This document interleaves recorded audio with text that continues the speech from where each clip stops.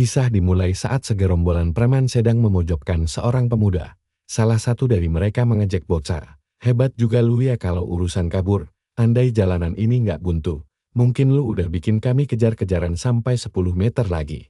Karakter utama kita menyahut dengan sangat gemetaran, Kak Snack. Tolong beri saya sedikit waktu lagi, saya janji pasti bakal bayar utangnya. Tapi Snack malah mencibir minta waktu lagi. Kayaknya lu lebih sayang sama duit lu dibanding nyawa sendiri. Makanya sampai sekarang belum bayar juga.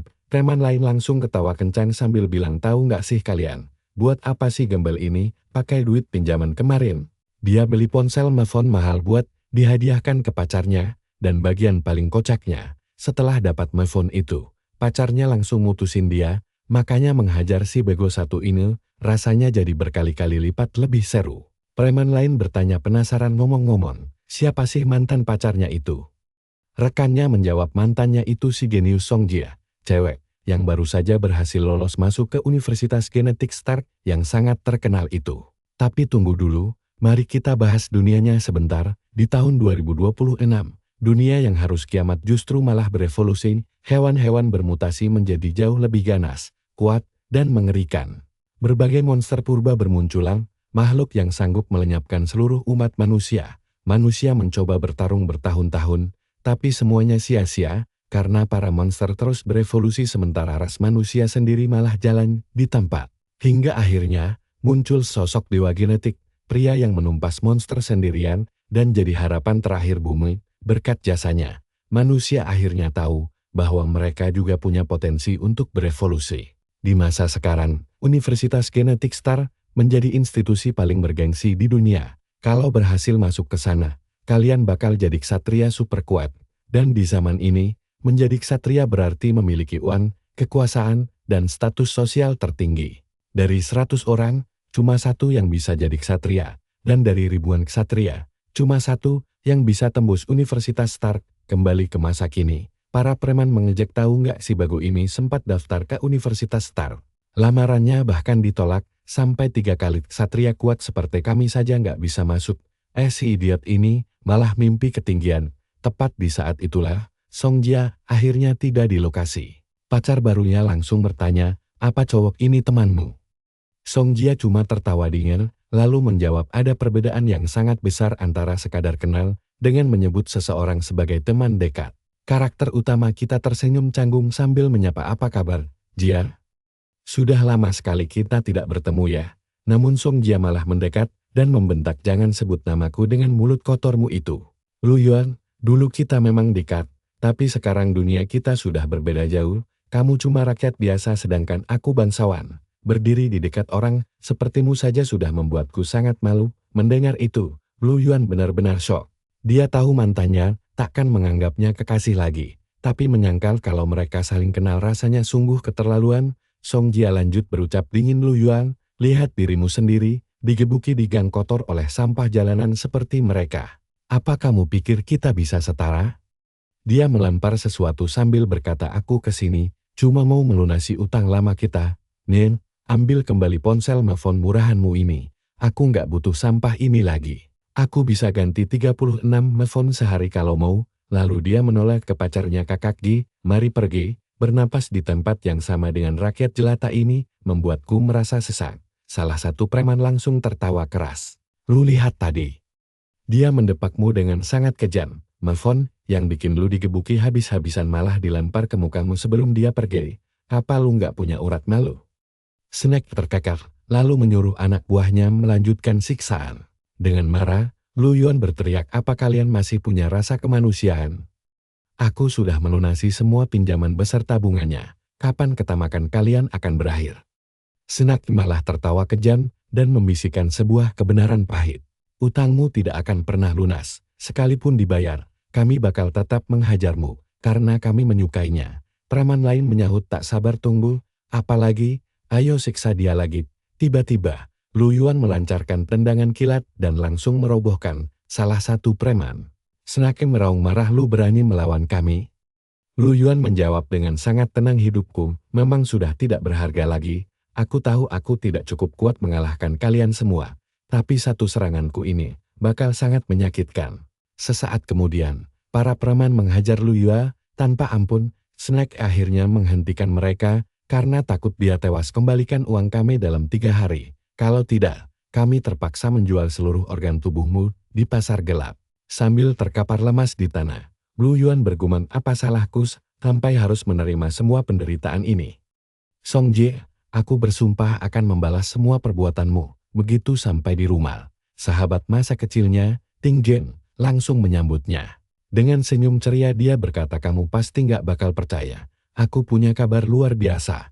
Tapi begitu melihat luka lebam di wajah Lu Yuan, dia langsung terkejut dan bertanya, apa ada yang memukulmu? Lu Yuan menjawab cepat, jangan khawatir, aku baik-baik saja kok. Tadi cuma jatuh dan tidak berantem sama siapapun. Ting Jin terdiam sejenak lalu memintanya menunggu selagi dia membalut lukanya dengan sangat lembut, serta memintanya lebih berhati-hati. Lu Yuan tersenyum lemah lalu mengalihkan pembicaraan, baiklah. Sekarang beritahu aku kabar gembira apa yang ingin kamu bagikan tadi. Ting Jin tiba-tiba teringat dan langsung berteriak kegirangan, oh ya, hampir saja aku lupa menceritakannya. Aku berhasil diterima di Universitas Genetik Stark. Lu Yuan tersenyum bangga mendengar itu dan mengucapkan selamat. Ting Jin kemudian bertanya penasaran, kamu juga mendaftar ke sana kan? Bagaimana hasilnya? Lu Yuan bergumam dalam hati, dia mendaftar agar kami bisa kuliah bersama. Kalau dia tahu aku gagal, dia mungkin tidak akan mau masuk ke sana. Aku tidak bisa jujur sekarang. Lu Yuan pun berbohong, hasilku belum keluar kok. Hasil akhirnya baru akan diumumkan 2 hari lagi, jadi kita tunggu saja nanti. Ting Jin membalas, padahal aku sangat buruk di teori maupun praktik. Aku bisa lulus cuma karena kamu yang mengajariku dulu. Aku yakin kamu pasti bakal meraih peringkat teratas nanti. Blue Yuan hanya tersenyum tipis dan berharap demikian. Namun saat berjalan pulang, dia membatin, andai saja aku juga bisa lolos seleksi itu. Andai genetikku sekuat milikmu. Tapi nyatanya genetikku terlalu lemah hingga mustahil bagiku untuk lulus. Tuhan, kenapa engkau begitu kejam padaku? Kenapa bakat genetikku tidak berguna begini? Tepat saat dia membuka pintu rumahnya, seorang pria tak dikenal mendadak ambruk menimpanya. Dengan panik, Lu Yuan berteriak, ada pencuri, tolong, tapi pria itu memohon lirih, tolong jangan lapor polisi. Kalau mereka datang, aku akan tamat. Saat membawanya masuk dan memeriksa kondisinya, Lu Yuan menyadari pria itu terluka sangat parah. Lu Yuan bertanya cemas, siapa kamu dan kenapa terluka parah begini? Pria itu menjawab, Nan, aku tidak punya waktu untuk menjelaskan semuanya, tapi ada sesuatu yang wajib kuberikan padamu. Dia mengeluarkan sebuah botol kecil, lalu berkata, ini obat genetik, hasil penelitian terbaruku. Selama ini, cuma orang bergenetik kuat yang bisa menjadi ksatria tangguh. Tapi dengan cairan suntikan ini, orang biasa pun bisa bermutasi menjadi ksatria. Ini satu-satunya spesimen di seluruh dunia. Masalahnya, aku belum pernah mengujinya kepada siapapun sebelumnya. Aku tidak tahu apa yang bakal terjadi setelah cairan ini masuk ke tubuhmu. Kalau kamu berhasil bertahan hidup, kamu akan menjadi ksatria sejati. Terserah mau dipakai sendiri atau diberikan pada orang lain. Tapi ingat, obat ini jangan sampai jatuh ke tangan orang jahat karena bisa memusnahkan umat manusia. Selesai berbicara, pria itu langsung mengembuskan napas terakhirnya dan sedetik kemudian jasadnya lenyap begitu saja secara misterius. Lu Yuan bimbang memikirkan tindakannya. Ilmuwan tadi bilang peluang bertahan hidupnya sangat kecil. Tapi apa hidupnya saat ini punya arti? Ini kesempatan terakhirnya untuk bisa membalas dendam pada Song Jia yang sombong itu. Kalau tidak bisa balas dendam, hidup ini rasanya tidak ada gunanya. Disinilah keputusan krusial itu dibuat dia nekat menyuntikkan obat itu. Detik berikutnya, rasa sakit luar biasa menjalar hingga membuatnya langsung pingsan tak sadarkan diri. Saat terbangun, dia bergumam heran, apa aku berhasil selamat? Berarti sekarang aku sudah jadi ksatria? Pas melihat jam dinding, dia langsung terkejut, ini sudah jam 7 pagi. Ternyata dia pingsan selama 24 jam penuh, dan hari ini adalah pengumuman kelulusan universitas. Dia buru-buru memeriksa ponselnya dan mendapati ada 20 panggilan tak terjawab dari Ting Jin. Begitu melihat ke cermin, dia langsung mematung seketika. Seluruh rambutnya berubah menjadi putih salju, dan tubuhnya tampak jauh kekar dibanding sebelumnya. Sambil bersiap, Lu Yuan tersenyum puas, jadi begini rasanya memiliki kekuatan besar. Mulai hari ini, Lu Yuan yang lemah dan penakut sudah mati, dan sosok baru siap mengguncang dunia dengan bebas melakukan apapun. Sesampainya di kampus, Tingjian langsung berlari cemas ke arahnya sambil bertanya kenapa panggilannya tidak dijawab. Aku sudah meneleponmu berkali-kali tahu. Apa kamu baik-baik saja? Lu Yuan menjawab santai, kamu terlalu berlebihan. Aku cuma ketiduran. Namun mendadak Snack datang mendekat dan menyeringai, sepertinya lu minta digebuki lagi ya. Lu sembunyi di rumah selama 3 hari. Karena hari ini berani nongol. Lu pasti sudah bawa uang kami kan? Ting Jin bertanya dengan nada tinggi, kalian siapa? Uang apa yang kalian maksud? Preman lain justru tertawa mengejek. Jangan bilang kau membawa teman masa kecilmu ke sini sebagai bayaran. Yuan menyeringai lalu berkata, pas sekali kalian datang, aku memang sudah lama ingin menampar kepala botakmu itu. Si Snack langsung mengaum murka. Apa katamu bajingan? Sepertinya nyalimu sudah kelewat besar hari ini dan kau tidak akan bisa pergi hidup-hidup. Tepat saat itu, instruktur universitas datang. Fei berseru, aku akan mengumumkan hasilnya sekarang. Ada yang mau cari masalah di sini? Pergi sebelum ku perhatikan, atau nasib kalian bakal mengenaskan. Snack melotot pada Yuan dan berbisik, kau beruntung hari ini. Ayo pergi dan urus anak ini nanti. Tan Jin langsung pasang badan dan berkata, selama aku di sini, kalian tidak akan bisa menyentuhnya. Yuan tersenyum lembut, kau sangat berani. Tan Jin, hari ini kau melindungiku, tapi apa kau bisa melindungiku seumur hidup? Tan Jin membatin sedih, andai kau memberiku kesempatan, aku akan melindungimu selamanya, tapi sayangnya bukan aku orangnya, melainkan Sanja yang ditakdirkan untukmu. Tepat saat itu, Sanja tiba dan Tan Jin menyapanya dengan sangat ramah, Kakak Son. Bagaimana kabarmu? Aku baru saja memikirkanmu dan kau langsung datang. Yuan ada di sebelah sana, ayo kita temui dia. Sanja menjawab dingin, tidak, dan dengar baik-baik Tan Jin, kau juga jangan dekat-dekat dengannya. Orang bergen kuat itu bangsawan. Berteman dengan rakyat jelata lemah sepertinya itu memalukan. Tan Jin bertanya, apa dia melakukan kesalahan? Jika dia salah, aku yang akan bicara dengannya. Tolong jangan terlalu kejam. Sanja mendengus, ya. Dia memang salah. Kesalahan terbesarnya adalah menjadi lemah. Kita ini sangat berbeda jauh darinya. Lebih baik kita menjauh, kata Tan Jin tegas. Lagi pula hasilnya belum diumumkan. Satu nilai tidak akan mengubah takdir. Sanja menyahut, kasihan sekali kau Tan Jin. Kenapa polos sekali? Hasil ujian kita sudah keluar 3 hari lalu. Jika nilainya belum keluar, itu karena dia gagal dan menyembunyikannya darimu. Putuskan hubungan dengannya demi kebaikanmu sendiri. Tan Jin membalas tenang, mungkin kau sudah lupa jasa Kakak Son, tapi aku tidak akan pernah lupa. Yuan selalu membantumu di masa-masa tersulitmu. Bukan cuma kau, dia juga menolongku. Bahkan, jika dia gagal aku tidak peduli. Aku bukan orang tidak tahu diri sepertimu dan aku punya satu prinsip lama. Aku tidak akan berteman dengan orang yang suka meninggalkan temannya. Jadi selamat tinggal selamanya. Tepat saat itu, instruktur mulai mengumumkan hasil ujian. Kandidat terakhir kita adalah Lu Yuan yang mendapat nilai sempurna di teori fisik.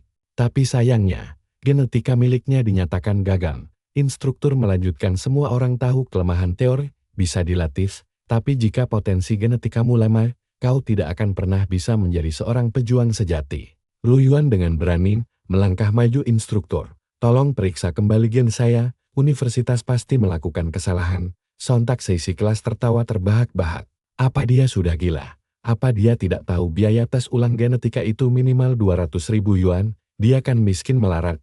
Mau menambah utang berapa banyak lagi anak ini?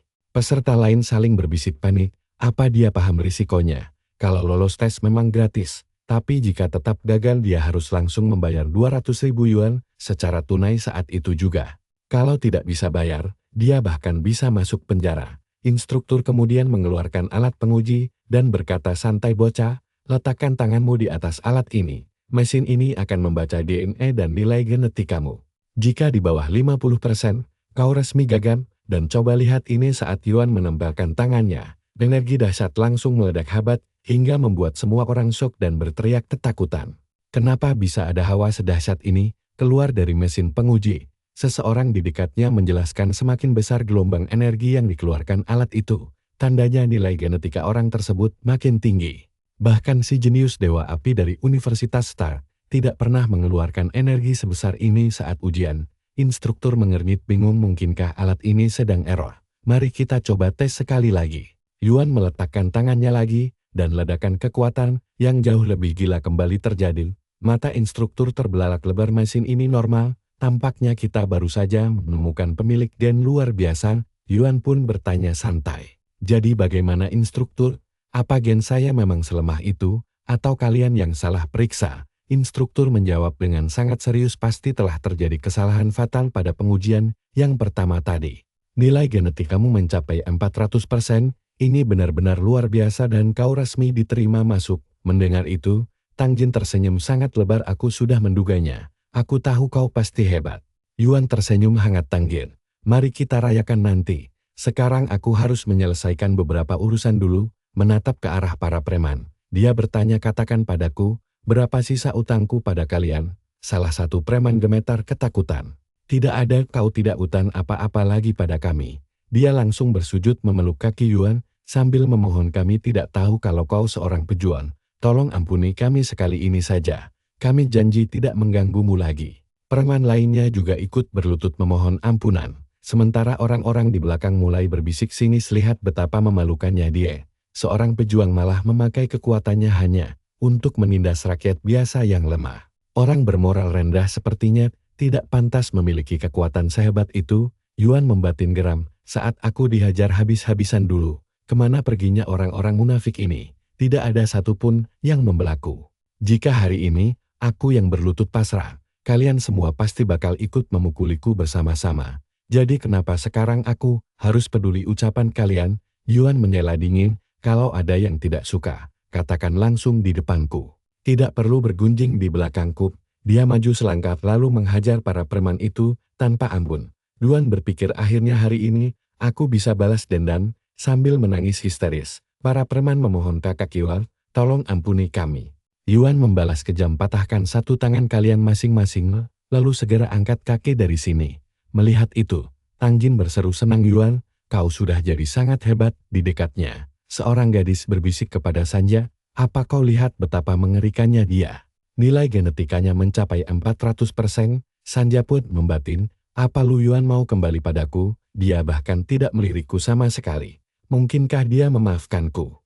Dia memanggil namanya, tapi Yuan mengabaikannya begitu saja dan terus berjalan pergi. Instruktur memperhatikan dalam diam lalu berkata, jika dia memaafkan mereka, dia tidak akan memiliki kobaran api itu. Dia tahu kapan harus tunduk dan kapan harus menyerang balik. Dunia ini tidak akan sanggup menahannya lagi. Bersiaplah, karena seorang pejuang sejati telah lahir. 3 hari kemudian, instruktur mengumpulkan semua orang. Sampai sekarang, nilai genetika adalah bawaan lahir kalian. Mulai sekarang, pencapaian kalian yang akan menentukan seberapa kuat kalian nantinya. Jadi jika nilai genetika kalian hanya 60%, jangan panik. Kalian masih bisa melampaui mereka yang 100%. Fatty bertanya penasaran, tapi bagaimana caranya instruktur Han? Sang instruktur tersenyum, pertanyaan bagus. Pertama, kalian bisa naik level dengan membunuh monster dan menyerap inti energinya. Darah binatang dan tanaman herbal juga sangat membantu memperkuat genetika kalian. Terakhir, senjata juga memegang peran penting di medan perang. Seiring bertambahnya peringkatmu, nilai genetik kamu juga ikut berevolusi. Hari ini, kalian akan mempelajari tingkatan para pejuang. Pejuang dibagi menjadi 5 peringkat utama. 1. Kelas biasa, terlemah di mana kalian berada sekarang. 2. Kelas atas. 3. Kelas ahli. 4. Kelas master. Dan 5. Peringkat legendaris. Setiap peringkat dibagi lagi menjadi 3 tingkatan. Kalian akan paham seiring naiknya level kalian. 1 bulan kemudian, terlihat Yuan sedang berlatih sangat keras dengan mesin. Fatty berkata kagum, kakak Yuan, kau memang luar biasa. Kau sudah menguasai seluruh teknik bertarung yang diajarkan instruktur Han. Berlatih bersamamu membuatku merasa kekuatanku ikut meningkat pesat juga. Tiba-tiba mesin latihan melancarkan serangan mendadak ke arah Yuan. Tapi sebelum sempat menghindar, dadanya terasa sangat sesak hingga konsentrasinya buyar. Hantaman keras mesin itu membuatnya terpental jauh. Fatty berteriak, kakak Yuan awas, mesinnya menyerang lagi. Dia langsung berlari mendekat dan bertanya panik, kau tidak apa-apa? Yuan menjawab pelan, entahlah. Saat bertarung tadi, tubuhku tiba-tiba menerima kejutan aneh yang sangat kuat. Sejak saat itu, aku bisa merasakan aliran kekuatan yang sangat besar meluap-luap dalam tubuhku. Di saat bersamaan Yuan membatin, heran, ini persis seperti efek kejut saat aku menyuntikkan serum itu pertama kali. Kenapa rasa ini muncul kembali? Fatty menimpali dengan wajah bingung, kau kan mendapat nilai teori sempurna. Masa tidak sadar kalau kau baru saja naik level? Yuan menjawabnya dengan tenang.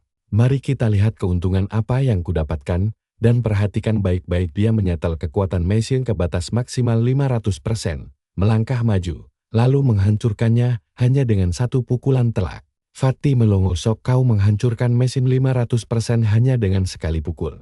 Naik berapa tingkat sebenarnya nilai genetik kamu setelah naik level ini? Tiba-tiba suara sistem bergema, selamat kepada Tuan Lu Yuan. Kamu berhasil mencapai kelas normal tingkat B. Nilai genetikmu melonjak sampai 700%. Fatih langsung cengul. Bagaimana bisa? Padahal murid biasa kalau naik level cuma bertambah sekitar 100% saja. Bahkan si jenius pun maksimal cuma naik 200%. Yuan malah bilang, punyaku cuma naik 300%. Biasa aja kan?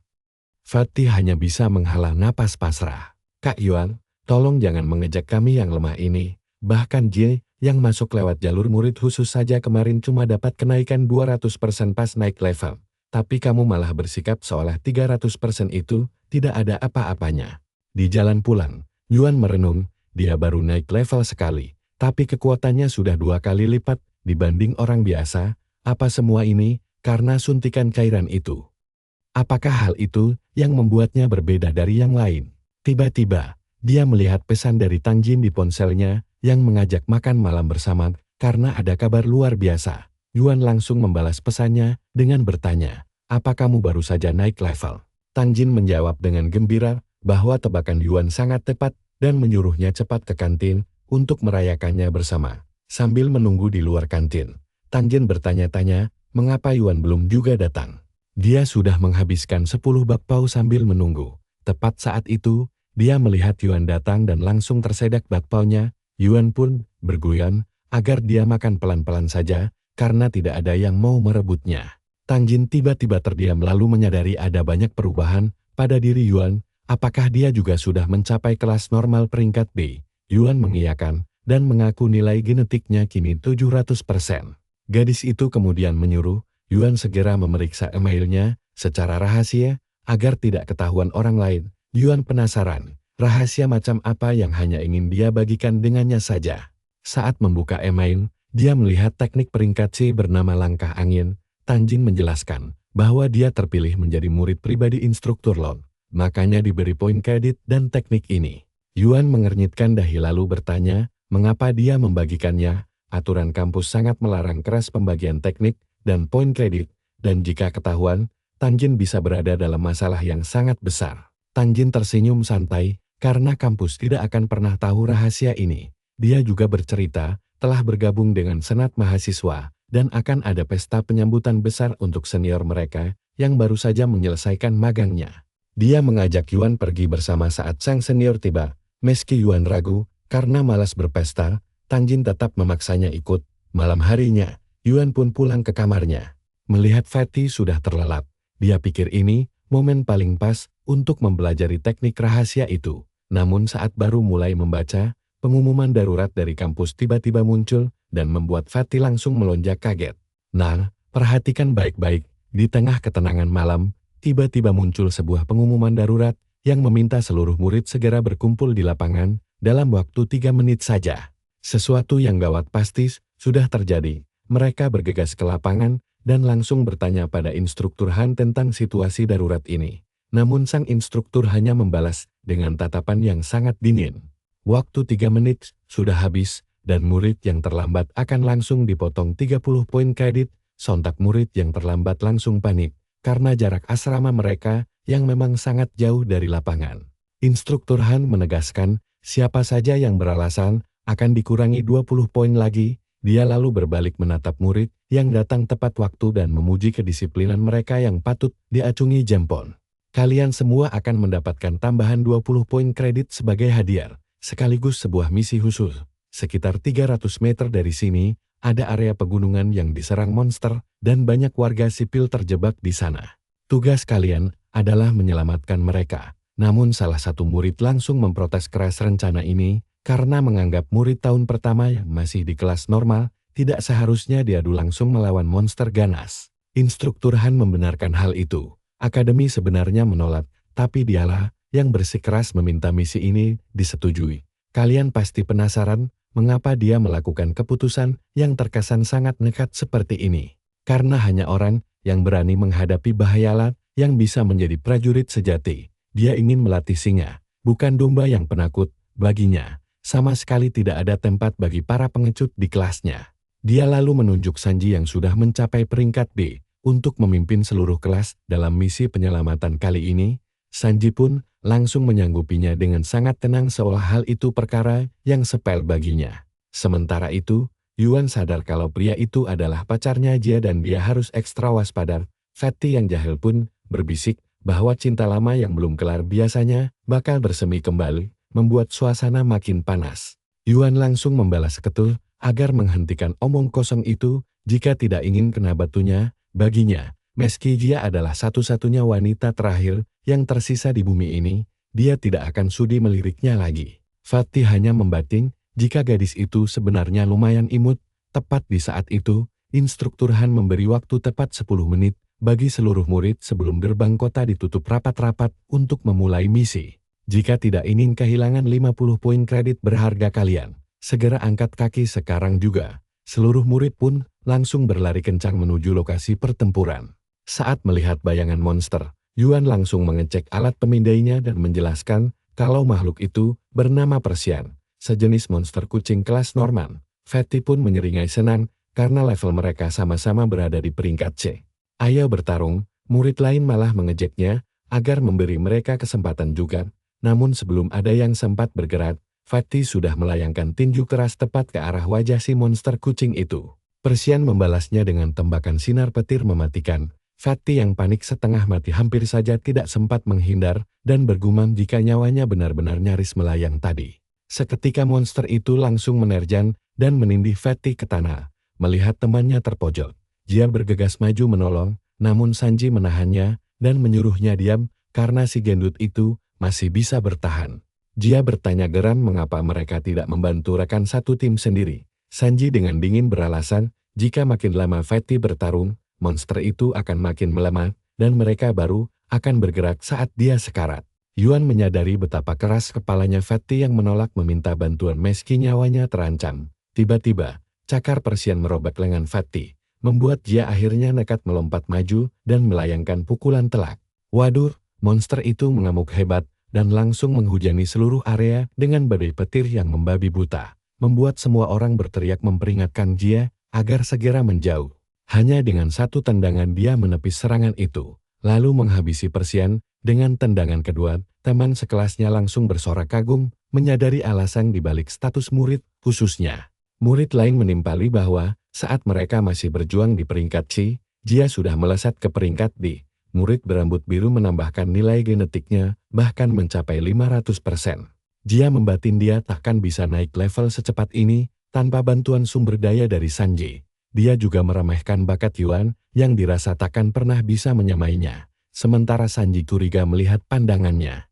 Dia mendengus sinis, dan menyebut Yuan hanyalah sampah rakyat jelata yang tidak berharga, dan hanya Sanjilah yang pantas bersanding dengannya. Sanji yang mendengarnya pun langsung tersenyum sangat puas. Bagus, pertahankan terus pikiran seperti itu. Namun setelah mereka memeriksa tubuh Persian, Jia sama sekali tidak menemukan adanya kristal energi di dalamnya. Saat berada di dalam bangunan, Sanji memerintahkan untuk membuat api unggun di sana. Gadis berambut biru sempat memperingatkan jika cahaya api bisa mengundang monster. Namun Sanji dengan sombong mengaku sudah memasang perangkap pengaman di sekeliling mereka. Tapi gadis itu masih ragu karena beberapa monster sangat cerdas dan bisa menghindari jebakan dengan mudah. Sanji yang merasa otoritasnya diusik langsung membentak keras karena tidak suka kemampuannya dipertanyakan.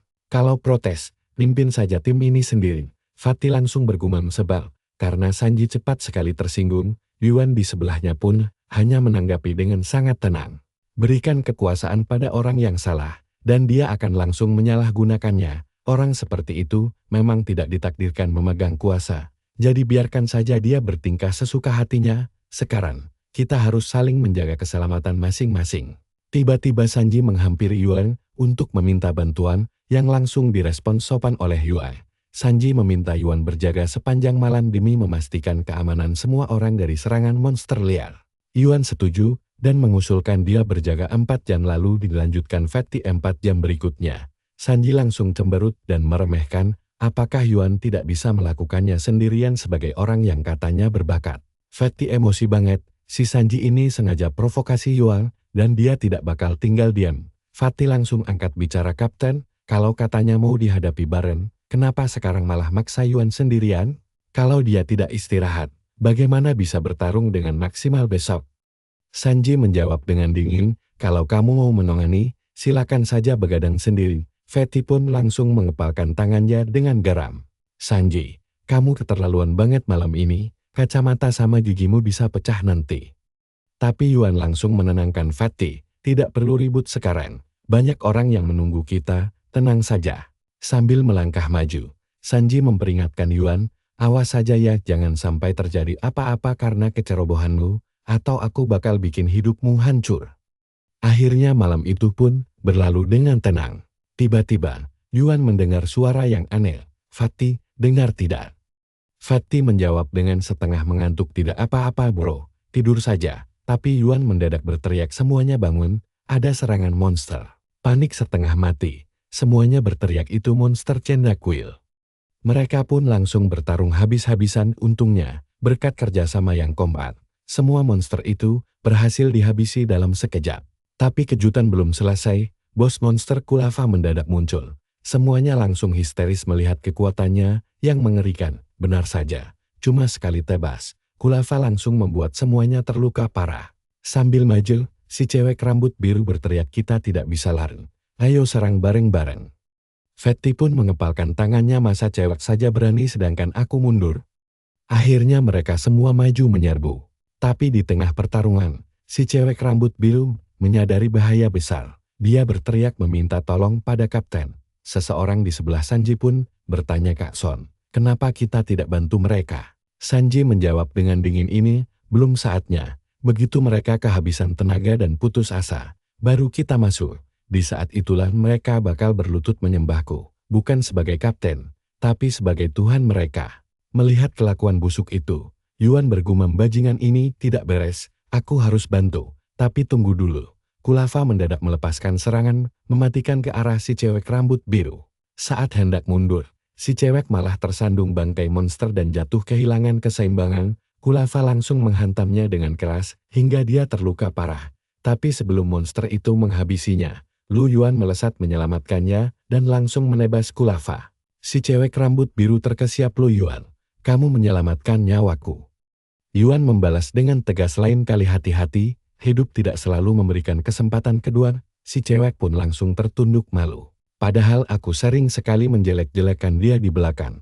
Malu banget rasanya, sampai hampir tidak sanggup bilang terima kasih. Tapi makasih banyak ya, Yuan. Di sisi lain, melihat kejadian itu, membuat Sanji gemetaran menahan kesal. Kenapa si bajingan Yuan ini selalu saja merusak rencanaku? Kalau dia tidak ikut campur, harusnya aku yang jadi pahlawan penyelamat tadi. Tiba-tiba seseorang berteriak, lihat, monster itu mulai berubah. Dia mengaktifkan skill terkuatnya, Mode Blast. Cewek rambut biru itu menjelaskan dengan panik, saat monster tipe api memakai mode ini, kekuatannya bakal melonjak drastis, mengalahkannya sekarang bakal luar biasa sulit. Fatty langsung panik. Tidak ada pilihan lain, lari sekarang. Tapi Fatty langsung terdiam melihat Yuan yang tidak bergeming sedikit pun. Yuan, bahaya banget. Cepat lari. Yang lain juga berteriak panik, apa sih yang dipikirkan Lu Yuan? Si cewek rambut biru ikut berteriak, Yuan, maafkan aku yang selalu salah paham. Ternyata kamu orang baik, tapi kenapa kamu nekat begini? Fatty pun langsung menimpali, tenang dulu, kalau kita yang di sana memang pasti mati. Tapi Yuan itu sudah level B dengan nilai genetik mencapai 700%. Dia tahu persis bisa menang, makanya dia berani santai begitu. Mendengar itu, si cewek langsung melongo saking kagetnya. 700% di level B. Kok bisa ada orang sekuat itu? Padahal ada teori dari para ahli genetika kalau manusia bertarung dengan monster di level yang sama, peluang menang kita itu kecil sekali. Apalagi monster ini aslinya jauh lebih kuat dari Yuan. Sementara itu, Sanji membatin dengan dongkol, sial, aku meremehkan bajingan ini. Dia ternyata sangat kuat, tapi sayangnya otaknya luar biasa bodoh. Kalau dia pintar, dia tidak bakal menantang monster itu sendirian, tapi ya sudahlah. Biar dia melemahkannya dulu baru aku yang habisin. Tiba-tiba, Kulava melancarkan badai tornado api yang membuat si cewek berambut biru histeris ketakutan. Serangan itu mengerikan. Kalau kena langsung pasti mati.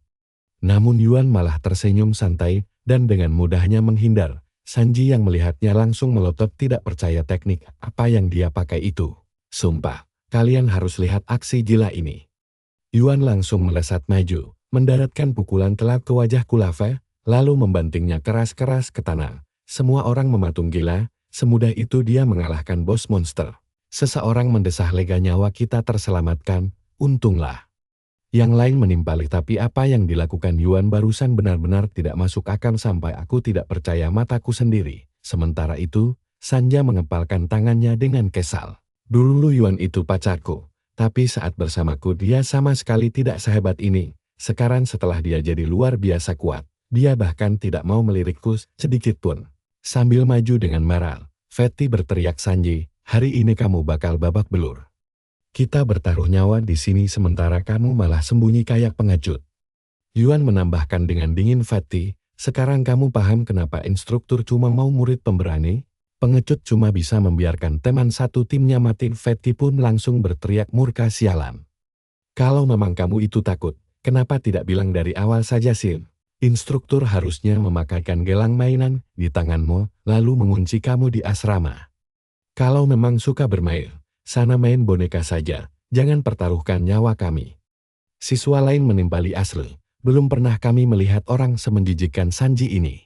Sanji membalas dengan dingin Fatty, bacotanmu itu cuma merusak kekompakan tim saja, kamu bilang aku tidak bantu. Tapi kamu tidak sadar kalau Yuan mau, sebenarnya tidak bakal ada satupun dari kalian yang terluka. Fatty langsung membalas ya, tapi kalau Yuan tidak ada di sini, kita semua pasti sudah mati. Teman-teman, menurutku si pengecut ini tidak layak jadi kapten. Mending kita angkat Lu Yuan saja sebagai kapten baru. Sebagian besar anggota kelompok setuju. Sanji menyeringai sebelum kalian cari masalah denganku. Ingat baik-baik siapa aku, siapapun yang melawanku tidak akan pernah bisa hidup dengan tenang. Si cewek rambut biru berkata tegas aku tidak peduli soal Sanji. Suaraku kuberikan untuk Lu Yuan. Tapi yang lain ragu maaf, kami takut pada keluarga Song. Fatty langsung berteriak dasar bodoh, kalian bakal mati kalau terus mendukungnya. Sanji tersenyum lalu berkata pada dua siswa kalian, berdua sangat pintar, mulai hari ini, kalian jadi pengikut khususku, aku bakal kasih ramuan herbal berharga, bahkan setelah lulus nanti, keluarga Song akan menjamin pekerjaan kalian. Masa depan kalian dijamin bakal jauh lebih cerah dibanding mereka. Sementara itu, Yuan melangkah maju, lalu mengambil kristal darah dari jasad monster. Fatty menjelaskan, setiap kristal darah begini bisa memperkuat gen kita. Katanya menyerap satu kristal setara dengan latihan selama 6 bulan, coba cek itu tipe apa. Yuan menjawab, kalau aku menyerap kristal ini, ketahananku bakal meningkat sebesar 50%. Fatty mengangguk berarti itu kristal tipe ketahanan. Padahal kukira bakal meningkatkan stamina. Tanpa ragu, Yuan langsung menelan kristal tersebut. Yuan membatin sekarang daya ketahananku sudah mencapai 800%. Sebelum menelannya, nilaiku baru 700%, padahal harusnya cuma naik 50% saja. Sekarang aku yakin, kalau genku ini spesial, semua yang kukonsumsi selalu memberikan manfaat 2 kali lipat lebih banyak. Kalau terus begini, kekuatanku bakal melampaui siapapun dengan sangat mudah. Fatty menyela ayo jalan, bro Yuan. Begitu memasuki area kota, Fatty berbisik disinilah tempat para warga sipil terjebak. Sinyal komunikasi mati total, jadi kita harus mencari mereka satu persatu secara manual. Berdasarkan info intelijen, wilayah ini dipenuhi oleh monster Cicopter. Saat memanjat tembok untuk memantau, Fatty mendadak tersentak kaget. Seluruh kota dipenuhi monster Cicopter, ucap dia dengan sangat gugup, kita tidak bisa menang sendirian, kalau sebanyak ini, butuh bantuan segera. Si cewek rambut biru setuju, tapi Sanji memotong, kalau nunggu bantuan, semuanya bakal terlambat. Lagi pula, kekuatan monster-monster ini cuma 100% saja. Kita pasti bisa mengatasinya, tapi dalam hati, Sanji menyusun rencana busuk, kalau bantuan datang, mana bisa aku melenyapkan Yuan? Kali ini dia pasti mati. Sanji pun mengumumkan kita bagi jadi 3 tim. Tim 1 bertugas mengevakuasi warga sipil, Tim 2 mengawasi sekaligus mengalihkan perhatian monster jika diperlukan, dan tim 3 siap siaga memberikan bantuan darurat. Gia, Liu, dan aku masuk ke tim 1, sisanya, kecuali Lu Yuan, masuk ke tim 3. Fatih langsung melayangkan protes keras, berarti Yuan sendirian saja di tim 2. Itu kan berbahaya sekali. Sanji menjawab dengan tenang, tim 2 itu punya tugas paling gampang kok, cukup awasi dan alihkan perhatian monster kalau memang perlu. Sedikit orang berarti lebih efisien, apalagi Yuan adalah yang terkuat di antara kita. Nggak ada yang lebih cocok buat peran ini. Yuan akhirnya setuju dan bilang, baiklah, dia yang akan maju. Mereka langsung menerobos masuk ke kota. Sanji menunjuk ke depan, sebuah gedung berlantai 20. Semua orang yang terjebak ada di dalam. Dia menambahkan dengan sangat cemas. Seluruh gedung penuh monster bermata satu, mustahil naik lewat dalam, dan mundur pun bukan pilihan. Karena monster serigala mendekat dari belakang, Yuan langsung mengambil keputusan tegas, kita akan memanjat gedung ini dari luar. Semua orang langsung shock, memanjat gedung 20 lantai. Yuan menantang, kalau ada yang punya ide lebih bagus, katakan sekarang. Kalau tidak, ikuti aku. Mereka memanjat dinding luar lalu mendobrak jendela di lantai 20. Yuan berbisik, semuanya harap tenang. Kami mahasiswa Universitas Genetika Stark yang datang untuk menyelamatkan kalian. Orang-orang yang terjebak langsung menangis lega mendengar hal itu. Mahasiswa Universitas Stark sudah datang, berarti kita bisa selamat. Seorang kakek bertanya dengan cemas, Nan, apa kamu datang sendirian? Kami sangat banyak. Kamu tidak akan bisa menyelamatkan semuanya, cepat panggil bantuan. Yuan menjawab dengan percaya diri, siapa bilang aku sendirian? Aku membawa satu tim penuh. Mereka hanya agak lambat saja. Sanji masuk dan terkejut melihat banyaknya orang yang terjebak. Kakek itu menjelaskan, kami sudah terperangkap selama 2 hari. Sebelumnya ada 20 orang lagi, tapi monster bermata satu itu mengambil mereka satu persatu. Mereka mengunci kami di lantai atas, memperlakukan kami seperti stok makanan. Setiap 2 jam sekali, mereka akan datang mengambil satu orang. Sanji berkata dengan muram, itu artinya kita hanya punya waktu 2 jam untuk menyelamatkan semua orang. Tapi bagaimana caranya? Monster bermata satu itu mutasi dari monyet. Biasanya tidak galak, tapi yang ini sangat agresif dan bergerak dalam kelompok. Bertarung langsung dengan mereka jelas tindakan bodoh. Sanji menyimpulkan dengan dingin, hanya ada satu pilihan tersisa, kita hanya bisa melindungi sebagian orang saja. Bawa yang terlihat paling sehat. Yuan langsung memotong dengan marah. Lalu bagaimana dengan sisanya? Sanji menjawab tajam, apa perlu ku jelaskan nasib mereka? Orang-orang panik berteriak meminta agar keluarga dan anak mereka dibawa, sementara yang lain mulai berlutut memohon. Aku mohon bawa kami pergi. Yuan menyela dengan tegas, untuk sekarang. Semuanya harap diam, kalau monster bermata satu itu kemari, kita tidak bisa menyelamatkan siapapun. Sanji, aku tahu ini sangat berbahaya, tapi kita tidak bisa meninggalkan mereka mati di sini. Li Zui berkata lembut, ya, aku juga tidak bisa sekejam itu. Sanji menjawab dingin, kalau kalian pintar, coba katakan apa yang harus kita lakukan. Li Zui mengusulkan, bagaimana kalau kita memanggil bantuan saja? Sanji menggelengkan kepala, butuh waktu 24 jam penuh bagi bala bantuan untuk tiba. Dalam waktu itu, 10 orang lagi akan tewas. Jadi, rencanaku jelas jauh lebih baik. Aku pemimpin tim ini dan keputusanku mutlak. Seorang pria memohon dengan putus asa, bisakah bawa kami bertiga sekaligus? Anakku sangat ringan, tidak akan terasa berat. Sanji membentak, apa aku terlihat seperti taksi bagimu? Tentukan siapa yang pergi duluan. Aku hanya membawa satu orang dan kubegaskan sekarang aku tidak akan membawa anak kecil. Parah banget kan? Sampai sekeluarga langsung menangis histeris. Sanji mengancam, kalau kalian terus membuat drama, aku akan meninggalkan semuanya. Yuan melangkah maju dan menenangkan, kami akan membawa kalian satu persatu. Tapi kalian harus tetap tenang. Orang-orang itu memohon, Kak, kami akan melakukan apa saja. Tolong selamatkan kami. Sanji mencibir, ini sangat berbahaya. Kita para prajurit genetika tahu cara menyepikan hawa keberadaan. Tapi orang-orang ini, monster bermata satu, bisa mencium bau mereka dan melacak kita dengan mudah. Yuan menjawab, aku punya solusi untuk itu. Aku akan memberikan ramuanku kepada semua orang selama 2 jam. Keberadaan mereka akan tersembunyi, sedangkan aku bisa menjaga diriku sendiri. Kakek itu menyahut dengan penuh emosi, aku tahu cara menghadapi mereka. Nak, kamu orang yang sangat baik. Li Shui merasa khawatir. Apa kamu sadar dengan apa yang kamu lakukan? Memberikan ramuanmu berarti kamu kehilangan perlindungan diri sendiri. Jika terjadi sesuatu yang buruk, Yuan langsung memotong dengan lembut. Apa kamu tahu rasanya ketika seseorang bisa menyelamatkanmu, tapi memilih untuk tidak peduli?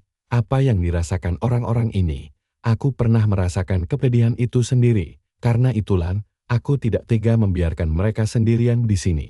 Li Shui mengangguk. Baiklah, kalau begitu, aku juga akan tinggal untuk membantumu. Jika monster datang, aku akan menyokongmu semampuku. Sanji berkata dengan tidak sabar. Bagus, kalau kalian memang ingin mati, aku tidak akan melarang. Kakek itu membungkuk dalam terima kasih banyak.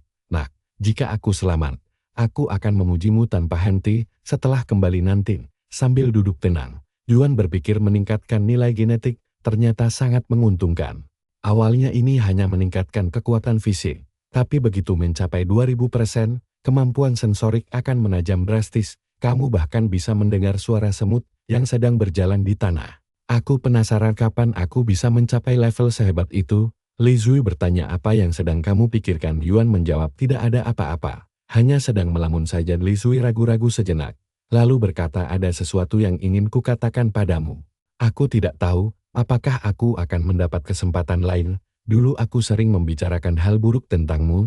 Aku bagian dari orang-orang yang menghakimimu tanpa mengenalmu. Tapi sekarang aku sadar betapa salahnya aku. Kuharap kamu bisa memaafkanku. Yuan tersenyum sinis. Apa satu kata maaf saja sudah cukup? Li Shui mengangguk paham. Dia melangkah mendekat. Tapi tiba-tiba si gendut langsung menyusup di antara mereka seperti pengganggu yang merusak suasana. Si gendut bertanya cemas. Yuan, kamu baik-baik saja? Aku sangat mengkhawatirkanmu. Yuan tertawa kecil. Aku aman, kawan. Tapi waktumu benar-benar tidak tepat. Lagi pula, mana mungkin sesuatu terjadi padaku selagi kamu ada di dekatku. Sanji memotong dengan tajam. Gendut, berhenti mengocet dan segera kawal orang-orang itu. Gara-gara temanmu, kita sudah melakukan 2 kali perjalanan. Tersisa 1 perjalanan lagi. Si gendut pun langsung menyeringai lebar. Tenang saja, beres dalam 2 menit. Dia pergi membawa warga. Tak lama Sanji kembali. Akhirnya ini perjalanan terakhir. Aku membawakan ramuan pelindung untuk kalian berdua.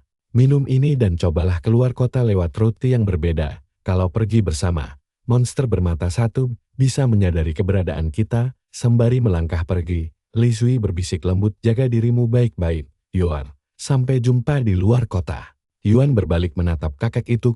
Waktu 2 jam hampir habis. Kita juga harus segera pergi. Kakek itu membalas dengan lemah. Aku sudah tua. Jika monster menyerang, buang saja aku dan larilah. Jangan pertaruhkan nyawamu demi aku. Tanpa ragu, Yuan merangkul kakek itu, lalu melompat turun dari gedung. Sebelum Li Shui dan Sanji selesai memanjat ke bawah, Yuan rupanya sudah mendarat dengan mulus di bawah. Sanji membatin kesal. Bagaimana bisa bajingan ini ahli dalam segala hal? Kalau aku tidak melenyapkannya hari ini, dia akan jadi batu sandungan terbesar bagiku besok. Sementara itu, Yuan berpikir Sanji brengsek itu sengaja tidak mengarahkanku ke gerbang keluar. Dia malah mengirimku ke wilayah monster bermata satu. Aku tahu dia sedang merencanakan hal busuk. Aku akan menunggu sampai Li Shui aman dulu, baru kemudian mengikuti jalur yang ditunjukkan Sanji. Yuan menenangkan kakek itu. Tenang saja, Kat. Kita sudah jauh dari jangkauan monster bermata satu. Tiba-tiba, sebuah dinding hancur meledak, dan monster kera raksasa menerobos keluar. Yuan sangat terkejut. Apa-apaan ini? Raja Kera Api. Mengapa monster ini sangat marah? Biasanya kera bersikap tenang dan tidak memangsa manusia. Keagresifan tingkat ini benar-benar tidak masuk akal. Tepat di saat itu, Sanji berteriak dari arah belakang. Yuan, tolong aku. Aku tidak sengaja memancing kemarahan monster ini, dan sekarang dia mengejarku. Yuan menyahut dingin. Menurutmu apa aku akan jatuh ke perangkapmu lagi? Kamu menjebakku ke sini demi ini, kan? Aku tidak akan membantumu. Selesai berbicara, dia langsung berlari dengan kecepatan penuh, sambil tertawa licik. Sanji bergumam. Kamu pikir lolos, padahal kamu sudah terperangkap sepenuhnya. Ramuan yang kusemprotkan ke tubuhmu tadi sama sekali bukan untuk melindungimu dari monster bermata satu. Ternyata cairan itu bikin Raja Kera mengira Yuan itu kera betina. Nah lo, jadi sampai ujung dunia pun bakal dikejar terus. Sambil terus berlari kencang, Yuan membatin kalau staminanya sudah benar-benar terkuras habis. Membawa beban tambahan membuat pelarian ini terasa jauh lebih berat. Aku harus segera menemukan tempat aman untuk bersembunyi sejenak. Dia memeriksa peta, menemukan sebuah lokasi, dan langsung mengarah ke sana. Sambil mengejar di belakang, Sanji heran, bagaimana bisa dia berlari secepat ini. Aku berlari sendiri, sedangkan dia menggendong orang tua, tapi aku tetap tidak bisa mengejarnya. Menyadari rutenya, Sanji bergumam ternyata dia menuju gunung es. Biasanya Raja Kera sangat membenci wilayah dingin. Yuan pasti mengira salju akan membuat monster itu berhenti mengejar. Tapi dia tidak tahu, demi mengejar kekasihnya, seekor Raja Kera bahkan rela menyeberangi lautan luas sekalipun. Aku akan memakai cairan kera jantan agar tidak ikut diserang secara tidak sengaja. Akhirnya Yuan tiba di gunung salju dan membatin untung saja tingkat ketahanan tubuhku sudah mencapai 800%. Jika tidak, bertahan di sini pasti akan sangat menyiksa. Dia menurunkan kakek itu perlahan kek. Jangan sampai tertidur. Lalu dia menuangkan minuman berenergi ke dalam mulutnya. Kakek berkata lirih, "Nak, terima kasih sudah menyelamatkanku lagi. Gara-gara aku kamu jadi ikut terjebak." Yuan menyahut tenang, "Jangan khawatir, Kat. Kita berdua pasti bisa lolos hidup-hidup dari sini." Sanji tiba sambil mengejek, "Dingin banget di sini, padahal sudah makan banyak herbal. Hawa dinginnya masih terasa, jadi bagaimana bisa bocah ini masih berdiri kokoh? Aku sengaja datang ke sini cuma buat melihatnya mati dengan mataku sendiri. Dan kalau Raja Kera itu sampai melepaskannya, aku sendiri yang akan membereskannya." Tepat saat itu, Raja Kera raksasa muncul. Yuan berkata dengan sangat percaya diri, "Tempat ini melemahkannya. Membunuhnya sekarang bakal jauh lebih mudah." Sanji tertawa mengejek, "Kalau kau sendirian, kau mungkin bisa membunuhnya. Tapi sekarang kau tidak bisa berbuat apa-apa, kau pasti bakal mati." Yuan pun bertanya dengan tajam, "Apa maksudmu, Sanji?" Sanji menyeringai, "Lebar ramuan yang kuberikan padamu itu bukan buat mengusir Cyclops. Ramuan itu justru membuatmu terlihat seperti kera betina di mata Raja Kera ini, makanya kemanapun kau pergi, dia tidak akan berhenti mengejarmu. Aromamu akan terus menariknya mendekat." Yuan segera berbalik ke arah kakek. "Kakek, cepat lari sebelum dia sempat bergerak." Tiba-tiba, Sanji langsung menyerang Yuan dengan sangat kejam. Sanji mencibir, "Apa kau pikir aku akan membiarkanmu lolos begitu saja? Lingkungan ini sudah membuatmu cukup lemah, dan aku di sini buat menghabisimu sejak kau bangkit. Aku tahu kau bakal jadi batu sandungan terbesar bagiku. Aku sudah merencanakan kematianmu sejak lama sekali." Yuan membalas, "Apa kau tidak tahu kalau membunuh orang itu melanggar aturan universitas?" Sanji terkekeh pelan, "Ya, pengetahuanmu cukup mengesankan juga. Tapi kau kan teman sekelas kesayanganku dan sahabat yang baik. Mana mungkin aku membunuhmu? Yang membunuhmu bukan aku, melainkan Raja Kera jantan itu. Aku cuma akan menjadi orang yang datang paling pertama buat menyelamatkanmu. Pihak universitas tidak akan pernah tahu kalau aku yang merencanakan kematianmu. Aku akan sangat menikmati melihatmu dicabik-cabik di gunung ini." Tiba-tiba saja, Raja Kera itu meluncurkan serangan brutal langsung ke arah Sanji. Sanji berteriak shock, "Kenapa dia malah menyerangku? Dan ya ampun, lihat bagaimana dia langsung digebuk sampai mental." Sanji langsung menjerit ketakutan setengah mati, karena semua kesialan Yuan malah berbalik menimpanya. Yuan berkata dengan sangat tenang, "Kau tahu, nilai teoriku sempurna, dan aku juga melihat hasil ujianmu, kau cuma nyaris lulus. Kalau saja kau belajar dengan benar, kau tidak akan menghadapi nasib begini hari ini." Sangat marah, Sanji berteriak, "Apa hubungannya nilaiku dengan semua ini? Kau pasti sudah berbuat curang di sini." Yuan menjawab dengan dingin, "Kau sudah cukup pintar untuk mencelakai dirimu sendiri. Aku tidak perlu berbuat apa-apa. Apa kau benar-benar berpikir aku tidak sadar kalau kau sudah menentangku sejak awal? Begitu kita memasuki kota, aku sudah tahu kalau Cyclops ada. Monster kera juga pasti berkeliaran di sekitar sini. Dan kau, musuh terbesarku, menyemprotkan ramuan padaku. Apa itu terlihat wajar? Begitu kau memisahkanku dari yang lain, aku tahu ada yang tidak beres. Kau ingin aku mati di tangan Ratu Kerapi itu kan?" Sanji membentak, "Bicaralah yang jelas, apa maksudmu?" Di dalam hati, dia mulai panik setengah mati. Dia sudah tahu rencanaku. Kenapa dia masuk ke jebakan ini? Kau tidak akan bilang kalau kau bisa bicara dengan binatang, kan?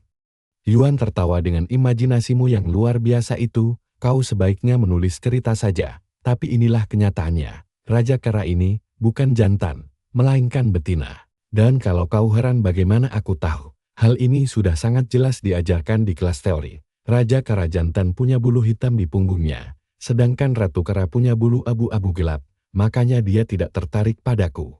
Dia sangat tertarik padamu, sepertinya dia sudah haus belayan selama berabad-abad, dan sekarang dia bakal menghujanimu dengan kasih sayang. Ketakutan, Sanji langsung lari. Tidak, aku harus kabur dari sini.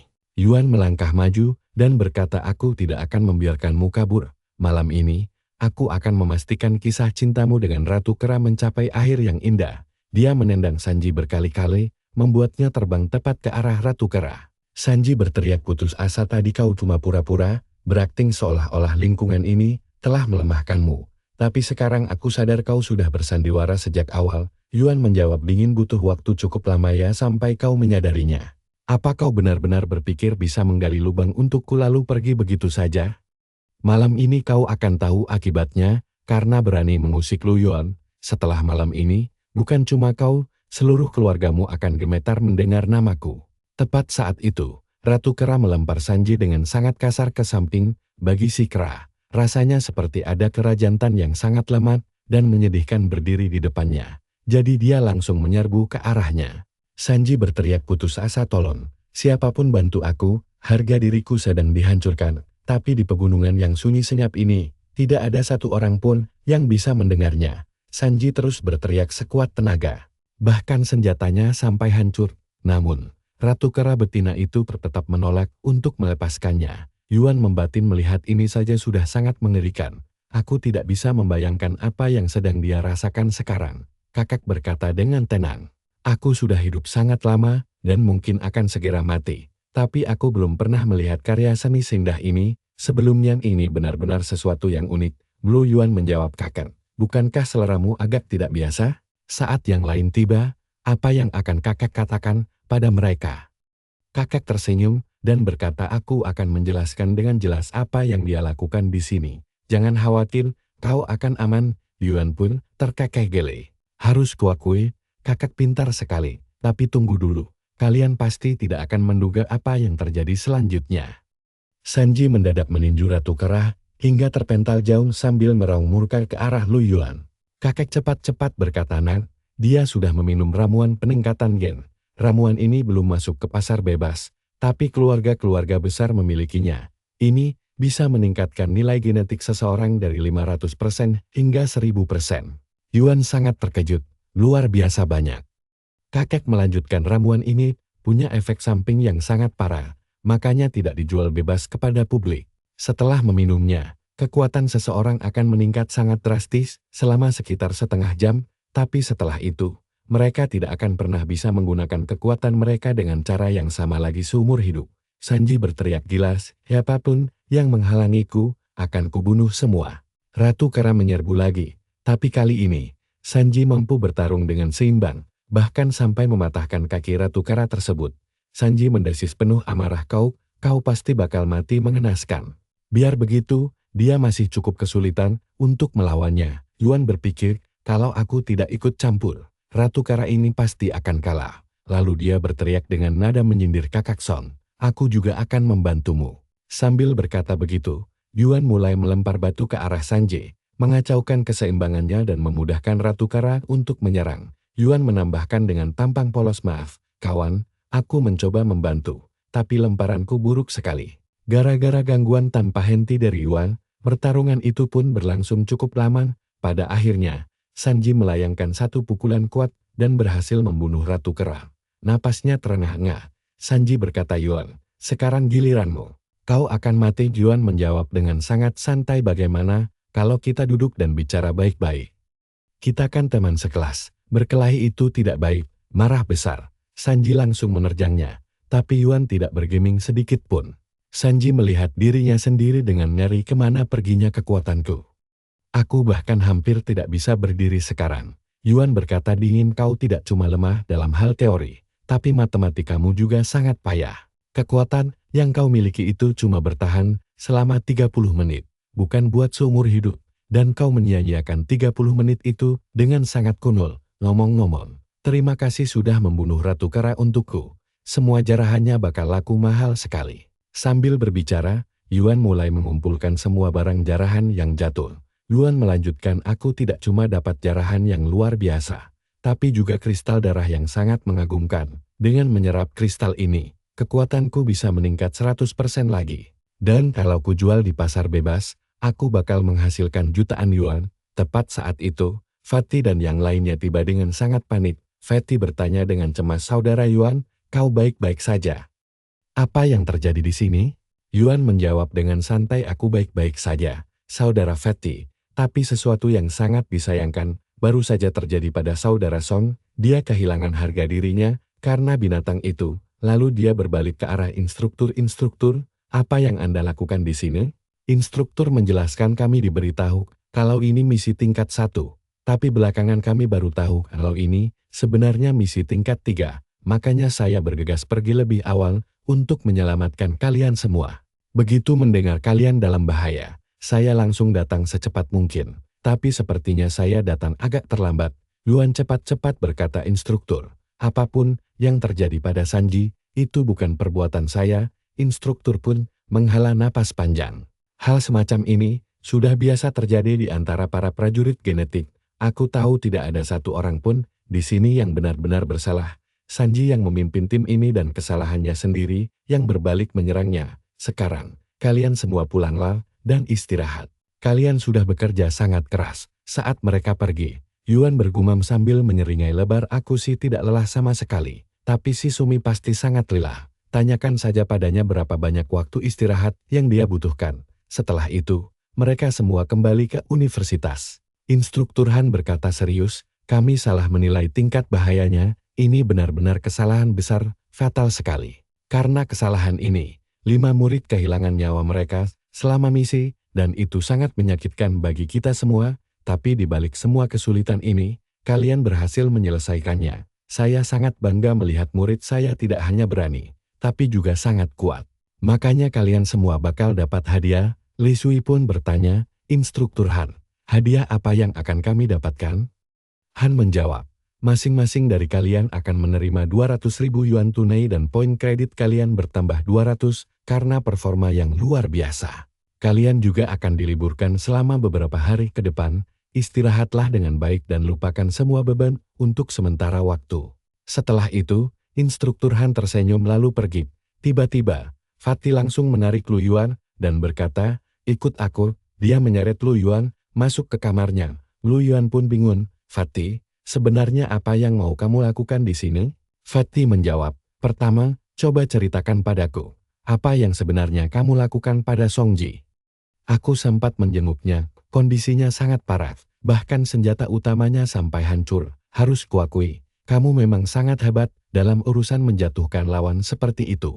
Lu Yuan menjawab santai, sejujurnya kawan, aku tidak berbuat apa-apa. Tapi Fatty langsung memperingatkan agar dia waspada, sebab masa depan Songji sudah hancur total. Kalau dia mati, mungkin urusannya tidak akan serumit ini. Tapi, karena dia masih hidup, grup Song pasti akan mengerahkan seluruh kekuatan mereka untuk mempersulit hidupmu nanti. Lu Yuan bertanya, apa grup Song sehebat itu sampai bisa membunuhku di dalam universitas?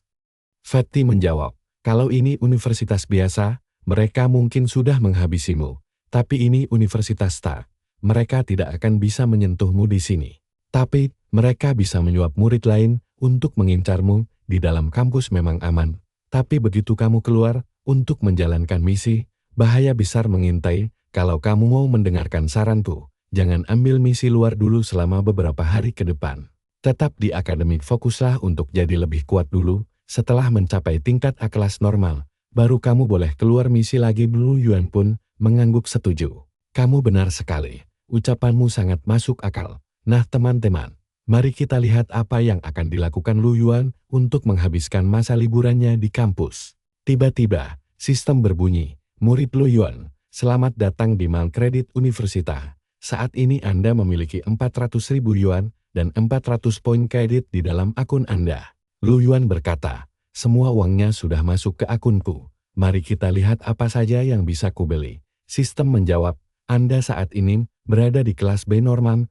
Ini waktu terbaik untuk membeli senjata.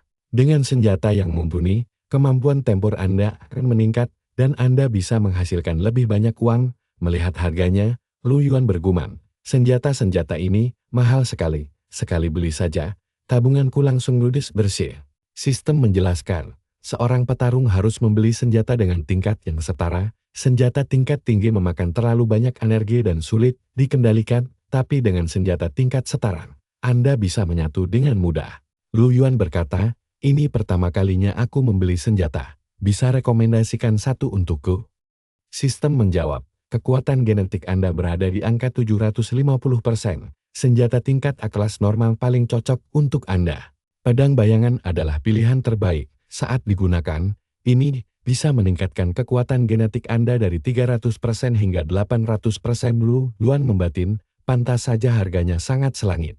Baru memegangnya saja sudah bisa melipat gandakan kekuatanku. Bahkan menyerap kristal termahal pun tidak bisa menaikkan kekuatan melebihi 100%.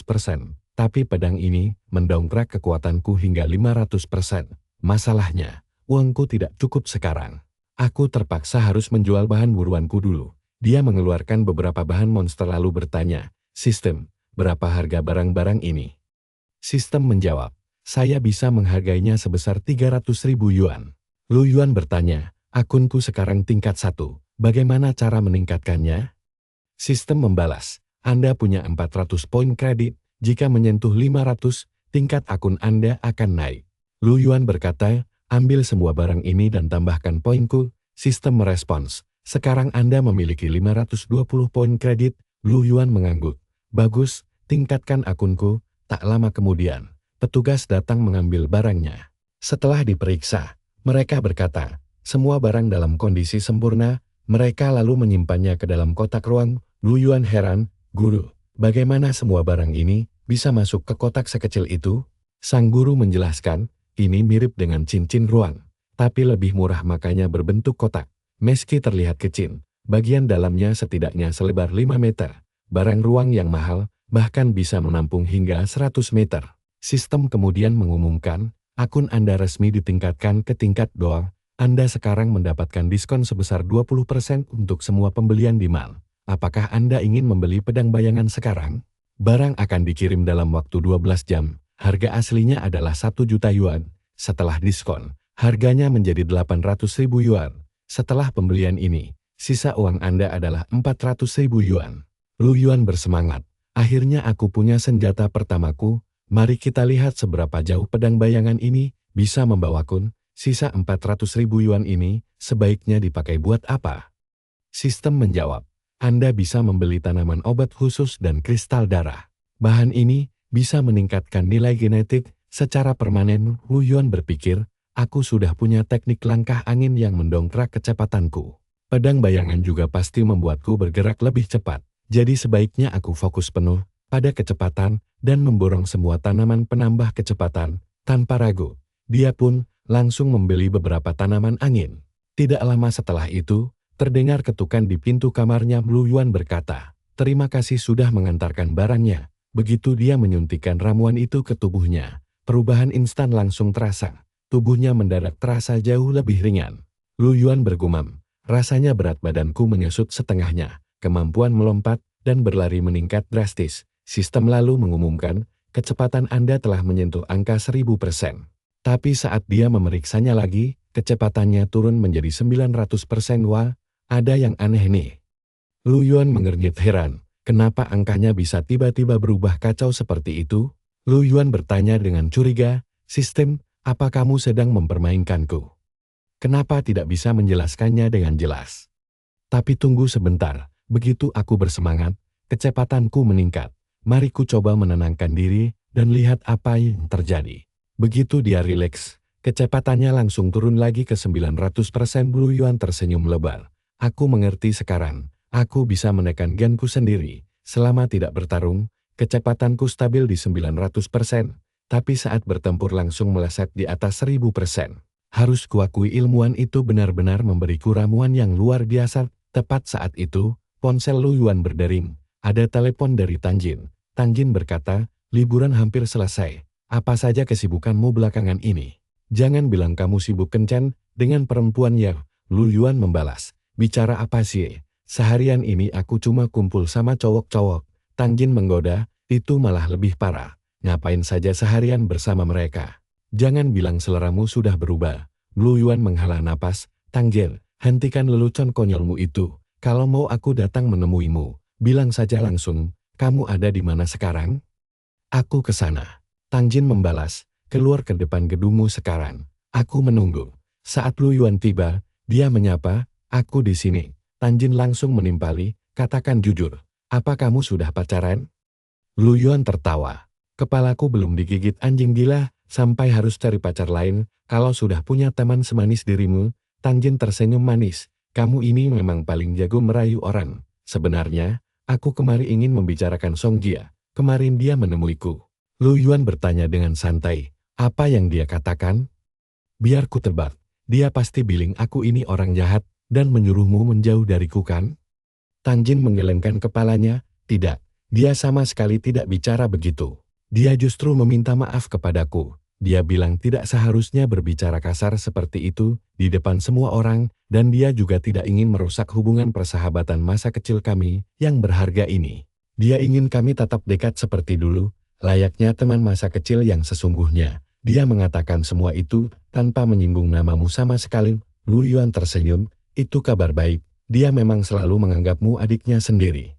Kalau dia ingin memperbaiki hubungan denganmu, aku tidak keberatan sama sekali. Jangan cemaskan aku, dan jangan sampai memicu pertengkaran baru dengannya hanya karena membelaku. Tang Jin pun langsung tersenyum gembira mendengar jawaban bijak itu. Kukira kamu bakal marah, kalau aku membahas Song Jia. Ternyata tidak sama sekali toh ya. Dia memberitahuku, kalau ada senior tangguh yang akan segera kembali, dan akan ada pesta penyambutan. Setelah pesta, kelas kita bakal mengadakan perburuan monster. Aku sudah mengajakmu ke pesta itu. Tapi apa kamu juga akan ikut berburu? Lu Yuan terkejut. Berburu monster rasanya tidak terlalu aman untukmu. Apalagi umurmu baru 16 tahun, Tang Jin pun langsung menjawab dengan sangat percaya diri. Aku sudah menyelidikinya, murid bisa bergabung secara sukarela dan instruktur senior akan mendampingi kita, jadi keamanannya pasti terjamin. Song Jia memberiku 2 tiket pesta. Kamu mau menemaniku pergi ke sana kan? Yuan berpikir, kalau dia datang ke pesta itu, dia juga bisa ikutan berburu monster. Berburu monster bakal bikin kekuatannya melesat cepat, apalagi beberapa monster harganya sampai jutaan, kesempatan emas banget nih. Pemuda itu langsung mengangguk setuju untuk datang. Tang Jin tersenyum senang dan memintanya jangan telat. Tiba-tiba, ada panggilan masuk dari kakek misterius itu. Dengan ramah si kakek bertanya apa kabar dan memastikan Yuan tidak melupakannya. Yuan menjawab kakek ini kan orang yang kuselamatkan waktu itu. Tapi dari mana dapat nomorku? Si kakek tertawa kecil dan bilang, kalau Yuan kan mahasiswa Universitas Star. Tentu saja mencari nomormu itu sangat mudah. Yuan pun heran kenapa kakek ini sampai melacaknya. Si kakek lanjut bicara ingin berterima kasih, karena sudah diselamatkan kemarin. Kalau ada waktu luang sore ini, dia ingin bertemu, tapi dengan sopan Yuan menolak tidak perlu berterima kasih, karena itu sudah tugasnya sebagai prajurit genetik untuk melindungi orang biasa. Si kakek mendadak kepo tentang keluarganya. Yuan menjawab pelan, kalau dia yatim piatu sejak usia 12 tahun, karena kecelakaan. Kakek tua itu menghela napas kagum, pantas saja kamu sangat dewasa. Kamu sudah berjuang sendiri sejak umur 12. Berapa umurmu sekarang? Yuan menjawab 17. Lalu bertanya curiga, kenapa kakek tua ini banyak tanya? Jangan-jangan mau menjodohkanku dengan cucumu ya? Si kakek tertawa mendengar itu, seorang yatim piatu berusia 17 tahun yang bertahan hidup sendiri sejak umur 12 dengan bakat luar biasa. Singkatnya, kamu ini jenius. Yuan memotong tidak sabar kakek mau ngomong apa sih sebenarnya? Jangan bertele-tele dan menginterogasiku begitu. Tapi kakek itu malah melempar satu pertanyaan terakhir, apa kamu punya pacar? Melihat tampangmu sih sepertinya jomblo, aku punya cucu perempuan, bagaimana menurutmu? Yuan menjawab dengan sangat tenang, aku masih terlalu muda untuk memikirkan hal-hal seperti pacaran saat ini.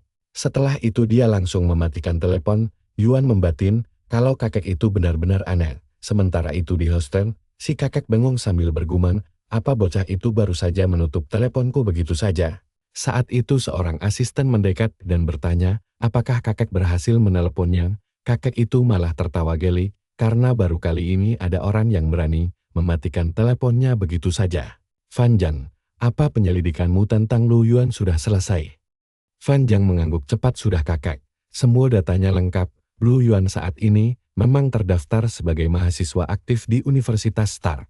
Dia mendapat nilai 400% di ujian Gen. Kekuatannya sekarang minimal 750% dan bersinar di misi terakhir. Tapi, karena seseorang bernama Sanongyu terluka parah, kecurigaan besar kini mengarah pada Yuan.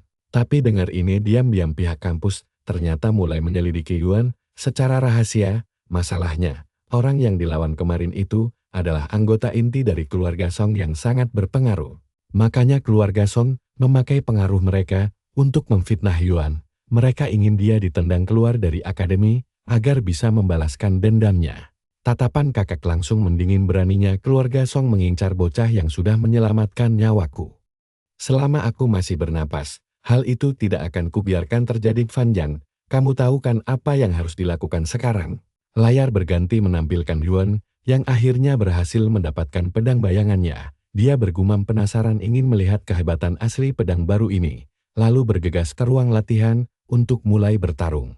Menggunakan pedang itu terasa sangat alami dan membuat pertarungan jadi jauh lebih mudah. Tapi tepat saat dia merasa percaya diri, sebuah mesin mendadak menyerangnya. Yuan membatin, untung saja ini cuma mesin simulasi virtual. Kalau ini nyata, dia pasti sudah mati. Kejadian ini membuktikan satu hal, sekuat apapun seorang petarung, jangan pernah sombong, karena rasa percaya diri berlebih bisa membawa petaka mau kapan saja.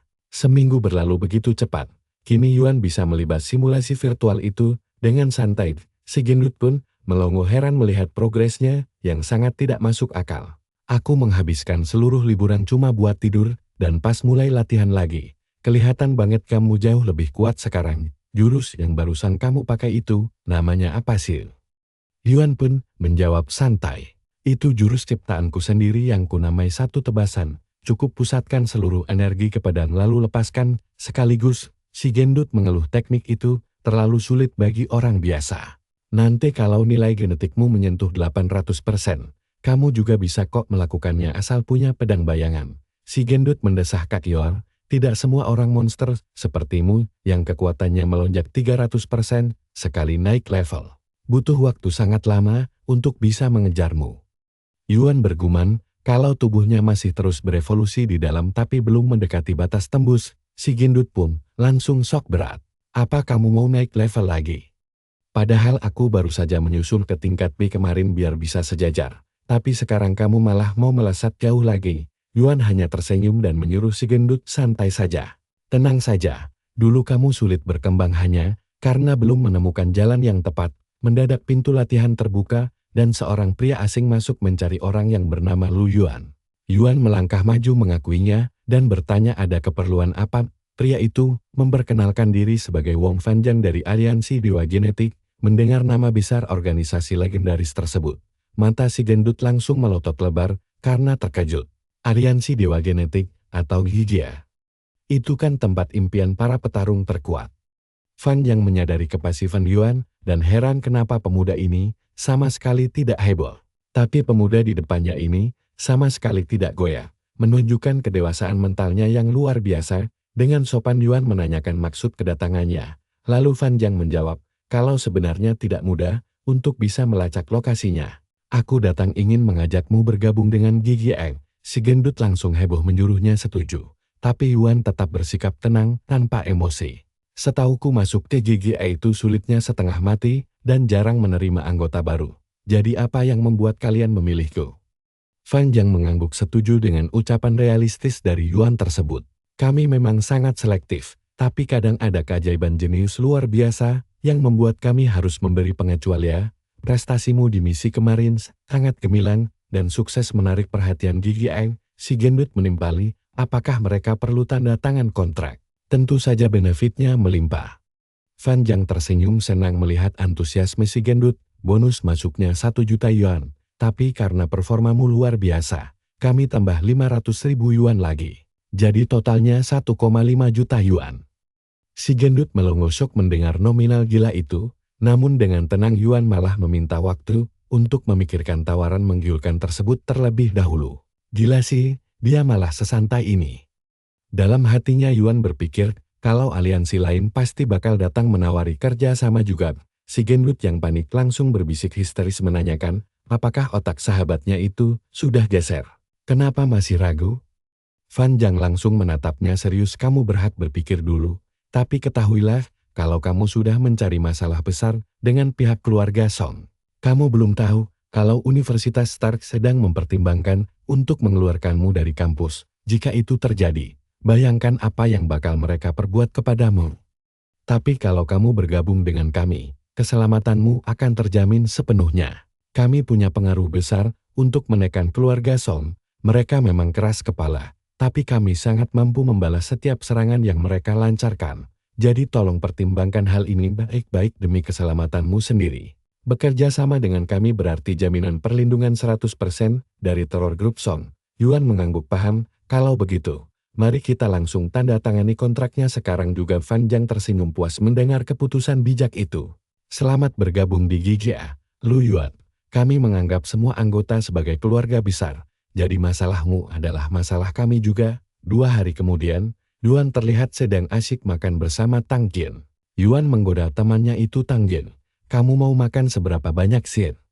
Coba lihat perut buncitmu itu dah. Pipimu makin bulat mirip balon tahu. Nanti kalau Gendut tidak bisa latihan, dengan kesal Tang Jin membalas, kalau Yuan sangat menyebalkan. Tabu tahu membicarakan umur atau berat badan perempuan. Tapi belakangan ini, aku merasa hampir naik level, cuma masih mentok dan tidak bisa tembus batas. Guru Long bilang aku butuh tanaman herbal khusus. Yuan pun tersenyum tipis. Memangnya butuh herbal apa? Coba tutup matamu dulu, aku punya sesuatu untukmu. Yuan lalu menaruh sebutir kristal darah Raja Kera Api berharga itu ke genggamannya yang mungil. Barang ini kurang cocok buatku, jadi sebaiknya kamu saja yang pakai, agar bisa cepat terobosan. Tang Jin membalas dengan gembira, tapi barang ini pasti mahal sekali, kenapa malah diberikan kepadaku? Yuan berkata dengan tegas, jangan menolak, kalau kamu makin kuat, tidak ada yang lebih bahagia selain aku. Tang Jin tersenyum manis, lagi pula aku memang tidak berniat menolak, karena milikmu adalah milikku juga. Tepat saat mereka hendak pergi, seorang pria tiba-tiba menghalangi jalan mereka. Dia bertanya, nak, apakah kamu Lu Yuan? Yuan menjawab, benar Pan, ada apa? Pria itu berkata, namaku Juan Long dari tim investigasi Universitas Genetik Stark. Kami mencurigai kamu telah menyerang salah satu teman sekelasmu sendiri. Jadi kamu harus ikut kami. Tang Jin langsung maju ke depan dan berteriak, Pak, Anda tidak boleh membawanya pergi begitu saja. Aku sangat mempercayainya, Yuan tidak bersalah. Tiba-tiba saja, Juan Long meluncurkan serangan dadakan. Dengan teknik telapak tangannya, Tang Jin berhasil menahan hantaman itu. Semua orang di sekitar langsung melongo karena terkejut. Padahal itu adalah guru Juan Long. Tapi gadis ini malah sanggup menangkis serangannya. Siapapun yang diincar oleh tim investigasi pasti akan tamat. Tidak akan ada yang bisa menyelamatkan mereka. Juan Long bertanya dengan nada dingin, siapa namamu nak, dan siapa gurumu? Apa kamu sadar betapa kacaunya akibat jika mencampuri urusan tim investigasi? Yuan pun langsung bergegas maju melerai mereka. Pak, Tang Jin tidak ada hubungannya dengan masalah ini, tolong lepaskan dia. Juan Long malah mencibir, dia sendiri yang ikut campur. Jadi dia harus tanggung jawab. Yuan langsung panik dan memohon padanya. Tuan Jul, tolong pikirkan baik-baik sebelum bertindak. Dia adalah murid dari Tuan Xiao. Juan Long langsung tertegun mendengarnya. Murid Xiao pria itu sangatlah kuat dan juga benar-benar gila. Aku tidak boleh menyinggung orang-orangnya. Juan Long kemudian berkata keras, jaga sikapmu Nang. Aku menghormati gurumu, jadi kali ini, kubiarkan kamu pergi. Kalau orang lain, nasibmu pasti akan sangat buruk. Tang Jin berbisik dengan cemas, Yuan, jangan ikut dengan mereka. Aku dengar tim investigasi sekolah ini sangat berbahaya. Mereka bahkan tidak peduli pada kebenaran. Mereka itu licik dan tidak segan menjebak orang yang tidak bersalah. Yuan menenangkannya, jangan khawatir, karena aku tidak salah, maka mereka tidak akan bisa membuktikannya. Dia lalu bersiap ikut dengan Juan Long. Juan Long bergumam kesal, banyak drama sekali, harusnya kamu menyerah saja dari tadi. Dalam hati dia membatin, gadis itu benar, tim investigasi kampus ini memang dipenuhi sampah korup. Aku menangkapnya hanya karena menerima suap dari keluarga Song, salah atau tidak, bocah ini tetap akan hancur. Nah, Sekarang bersiaplah, kita bakal melihat kelakuan busuk keluarga Song di kediaman mereka. Sanji berteriak marah. Ayah, lihat apa yang mereka lakukan padaku. Aku mau balas dendam dan melihat Yuan mati. Ayah Sanji langsung membentak. Bodoh, apa kamu tahu dia itu mahasiswa Stark University? Kalau aku mau, aku bisa melenyapkannya di dalam kampus. Tapi apa kamu tahu apa yang akan Stark University lakukan pada kita? Seluruh kelompok bisnis Song kita bisa hancur tanpa bisa melawan balik sedikit pun. Sanji berteriak lagi, jadi ayah mau membiarkannya begitu saja? Masa depanku hancur, karena bajingan itu, Song Wong berkata dengan tenang. Aku tidak bilang kita tidak bisa membunuhnya. Kita hanya dilarang melakukannya di dalam kampus. Begitu dia dikeluarkan dan melangkah keluar dari Stark University, ajal akan langsung menjemputnya. Kebetulan ada seorang guru bernama Juan Long di kampusmu, dan aku punya hubungan yang sangat baik dengannya. Dia sudah pergi menangkap Yuan untukku, berkat uang suap yang kuberikan, dia akan mendapat Yuan dari akademi. Sanji langsung menyeringai senang. Ayah memang luar biasa, tapi nanti jangan langsung membunuhnya ya. Bawa dia pulang hidup-hidup, agar aku bisa menghabisinya sendiri. Semua orang harus tahu akibatnya, jika mencari masalah dengan Sanji. Tepat saat itu, Juan Long tiba di kediaman Song membuat Song Wong tersenyum lebar. Juan Long, sahabatku, ada angin apa kemari? Kamu membawa kabar baik tentang pemecatan Lu Yuan kan? Namun Song Wong tiba-tiba menyadari ada beberapa pria di belakang Juan Long yang memakai lencana Biro Keamanan Nasional. Salah satu petugas bertanya, siapa di sini yang bernama Sanji? Sanji menjawab dengan gugup, saya Pak. Petugas itu berkata, kamu dikirim dalam misi penyelamatan sebagai seorang ketua tim. Bukannya bertanggung jawab. Kamu malah membahayakan nyawa rekan timmu, bahkan menyerang salah satu dari mereka. Sekarang kamu berada di bawah pengawasan ketat, jadi kamu wajib bekerja sama sampai penyelidikan ini selesai. Sanji berteriak histeris, ayah tolong aku, mereka mau membunuhku. Petugas lain berkata dengan dingin, Pak, kami harap Anda menyuruh putra Anda bekerja sama, atau terpaksa kami harus menggunakan kekerasan. Song Wong langsung pucat pasi lalu bertanya, Juan Long, sebenarnya apa yang terjadi? Juan Long membalas dengan canggung, Sanji, jangan panik. Mereka dari Biro Keamanan Nasional, ikuti saja kata mereka dan kamu aman. Ayah Sanji mengangguk pasrah sambil menyuruh anaknya menurut. Sanji menangis kencang sambil berteriak memohon bantuan ayahnya karena ketakutan. Setelah Sanji dibawa pergi, Song Wong langsung berbalik memarahi Juan Long dengan sangat murka. Apa-apaan ini? Kamu bilang mau mengeluarkan Lu Yuan dari kampus. Lalu kenapa Biro Keamanan Nasional malah mendatangi rumahku? Juan Long langsung menyahut balik dengan nada yang tidak kalah emosi. Kamulah yang sudah menipuku, kamu bilang bocah itu hanya yatim piatu tanpa koneksi. Tapi sekarang terbukti latar belakangnya jauh lebih mengerikan dari keluargamu. Anakmu baru saja memicu amarah dari sosok yang sangat berkuasa. Coba pikirkan, seberapa besar pengaruh Lu Yuan sampai Biro Keamanan Nasional turun tangan langsung. Padahal biasanya mereka mengabaikan kasus besar, tapi kali ini mereka malah repot-repot datang mengurus masalah tingkat kampus begini. Wah, kali ini kalian benar-benar menabrak tembok baja yang sangat keras. Song Wong heran. Padahal anak itu yatim piatu miskin. Bagaimana bisa dia punya backingan sekuat ini? Bahkan aku saja tidak kenal satupun orang dari Biro Keamanan Nasional. Lalu bagaimana dia bisa melakukannya? Juan Long menjawab, menurutku, ada sosok yang jauh lebih kuat yang menyokongnya dari belakang. Dia mungkin tidak kenal langsung dengan pihak biro, tapi orang yang membantunya pasti punya koneksi ke sana. Kedatanganku ke sini hanya untuk memperingatkanmu tentang hal ini. Masalah ini sudah benar-benar di luar kendali pihak kampus. Aku tidak bisa membantumu lagi. Song Wong bertanya panik, lalu apa yang harus kulakukan sekarang? Juan Long menjawab, aku sendiri sudah menyelidiki dan kesalahan putramu memang fatal. Biro Keamanan Nasional akan segera mengungkap kebenarannya dalam waktu singkat. Sekarang hanya tersisa satu pilihan terakhir bagimu, yaitu pergi dan memohon pengampunan dari Lu Yuan langsung. Hanya dialah yang bisa meringankan hukuman berat untuk putramu itu. Sementara itu di tempat lain, Yuan sedang duduk bersama Wan Zhong dan mengucapkan terima kasih tulus atas segala bantuan berharganya. Jika Anda tidak turun tangan, Juan Long pasti sudah menyeretku untuk diinvestigasi. Wan Zhong menjawab dengan santai, sejujurnya aku juga tidak menyangka pihak kampus akan bergerak secepat ini. Tapi tenang saja, selama aliansi menyokongmu, Tidak ada yang berani menyentuhmu. Sebentar lagi petugas dari Biro Keamanan Nasional akan datang untuk meminta keterangan. Jadi jangan panik dan katakan saja sejujurnya, tanpa ada yang ditutupi. Ceritakan semua yang kamu tahu, karena tidak ada yang bisa menjawab mereka. Penyelidikan mereka pasti adil. Yuan mengangguk. Berarti aku aman. Wan Zhong melanjutkan. Aku sangat marah saat tahu keluarga Song menyuap pejabat kampus. Makanya aku melibatkan pihak biro dalam kasus ini, agar keluarga Song akhirnya paham kenapa mereka tidak boleh sembarangan mencari masalah dengan orang kuat. Yuan bertanya, lalu bagaimana nasib San Yi? Wan Zhong menjawab dingin, dia sudah habis. Tepat saat itu seorang petugas biro datang menyapa, Kakak Wan, apa kabar?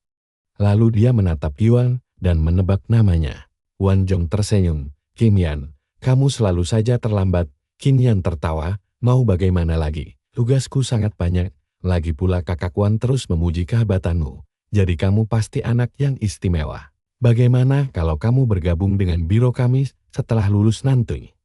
Wan Zhong langsung memotong. Kami yang menemukan bakat ini duluan, dan dia sudah bergabung dengan aliansi kami. Jadi jangan coba-coba merebutnya. Qin Yan terkekeh lalu mendadak serius. Lu Yuan, aku di sini hanya untuk meminta keteranganmu. Jawab saja dengan jujur, karena ini cuma prosedur formalitas. 15 menit kemudian, interogasi pun selesai. Wan Zhong bertanya, apa kamu tahu bagaimana hasil dari kasus ini nanti? Qin Yan mengumpulkan semua orang lalu mengumumkan bahwa hasilnya sudah keluar. Lu Yuan terbukti tidak bersalah, sedangkan San Yi akan menghadapi masalah besar. Dia akan divonis hukuman 10 tahun penjara. Yuan membatin, Biro Keamanan Nasional benar-benar mengerikan. Hukuman 10 tahun penjara pasti akan menghancurkan impiannya menjadi seorang pejuang. Sementara Wan Zhong mencibir, cuma 10 tahun saja. Atas apa yang dia lakukan? Dia layak dihukum mati. Qin Yan menggelengkan kepalanya. Itu mustahil, karena grup Song sudah menjuap beberapa orang dan punya koneksi kuat. Kita memang bisa mempertanyakan beratnya hukuman, tapi kita tidak bisa mengeksekusinya. Wan Zhong menambahkan, setahunya keluarga Song akan segera datang memohon padamu. Lu Yuan terkejut mendengar hal itu. Kenapa mereka mencariku? Wan Zhong pun menjelaskan alasannya. Karena cuma kamu satu-satunya orang di dunia yang bisa meringankan hukuman San Yi. Jika dia divonis 10 tahun, kesaksianmu bisa memangkasnya jadi 5 tahun saja. Sekarang semua keputusan ada di tanganmu. Lihat seberapa banyak yang bisa kamu peras dari mereka saat negosiasi. Lu Yuan tersenyum, tenang saja, aku pastikan akan memeras mereka sampai habis. Tepat saat itu, ponsel Lu Yuan berdering. Dia menyeringai lebar panjang umur. Baru saja dibicarakan orangnya langsung menelepon. Song Wong berkata di telepon, ini Song Won, ayahnya San Yi. Aku ingin mendiskusikan sesuatu denganmu. Bisakah kita bertemu? Wan Zhong menimpali, karena kita semua ada di sini, kenapa tidak ikut bergabung saja? Itu akan membantu Lu Yuan nanti. Qin Yan mengangguk, baiklah. Kita berangkat nanti. Di sebuah cafe, Song Wong tiba bersama anak buahnya. Wan Zhong berbisik pelan pada Lu Yuan, dia akan mencoba mengintimidasimu dengan membawa banyak orang. Jangan takut. 3 prajurit kelas biasa dan 1 prajurit kelas atas tidak akan bisa berbuat apa-apa pada kita. Song Wong menyapa dengan sopan, perkenalkan. Kami dari grup Blood Blade Marshal dan datang ke sini untuk bernegosiasi dengan Lu Yuan. Nah, aku tahu hubunganmu dengan anakku sedang kurang baik, pasti ada kesalahpahaman di antara kalian. Tapi bagaimanapun kalian ini teman sekelas, sebagai sesama teman, tolong permudah urusan hukumannya. Cukup tanda tangani surat kesepakatan ini, maka masa depan serta karir anakku akan terselamatkan. Lu Yuan menjawab dengan sangat tenang, jika dulu kamu mendidik anakmu sebaik ini, hari ini tidak akan pernah terjadi. Teman sekelas macam apa yang tega mencoba membunuhku? Aku tidak akan termakan omong kosongmu ini. Katakan padaku, apa yang sebenarnya bisa kamu tawarkan?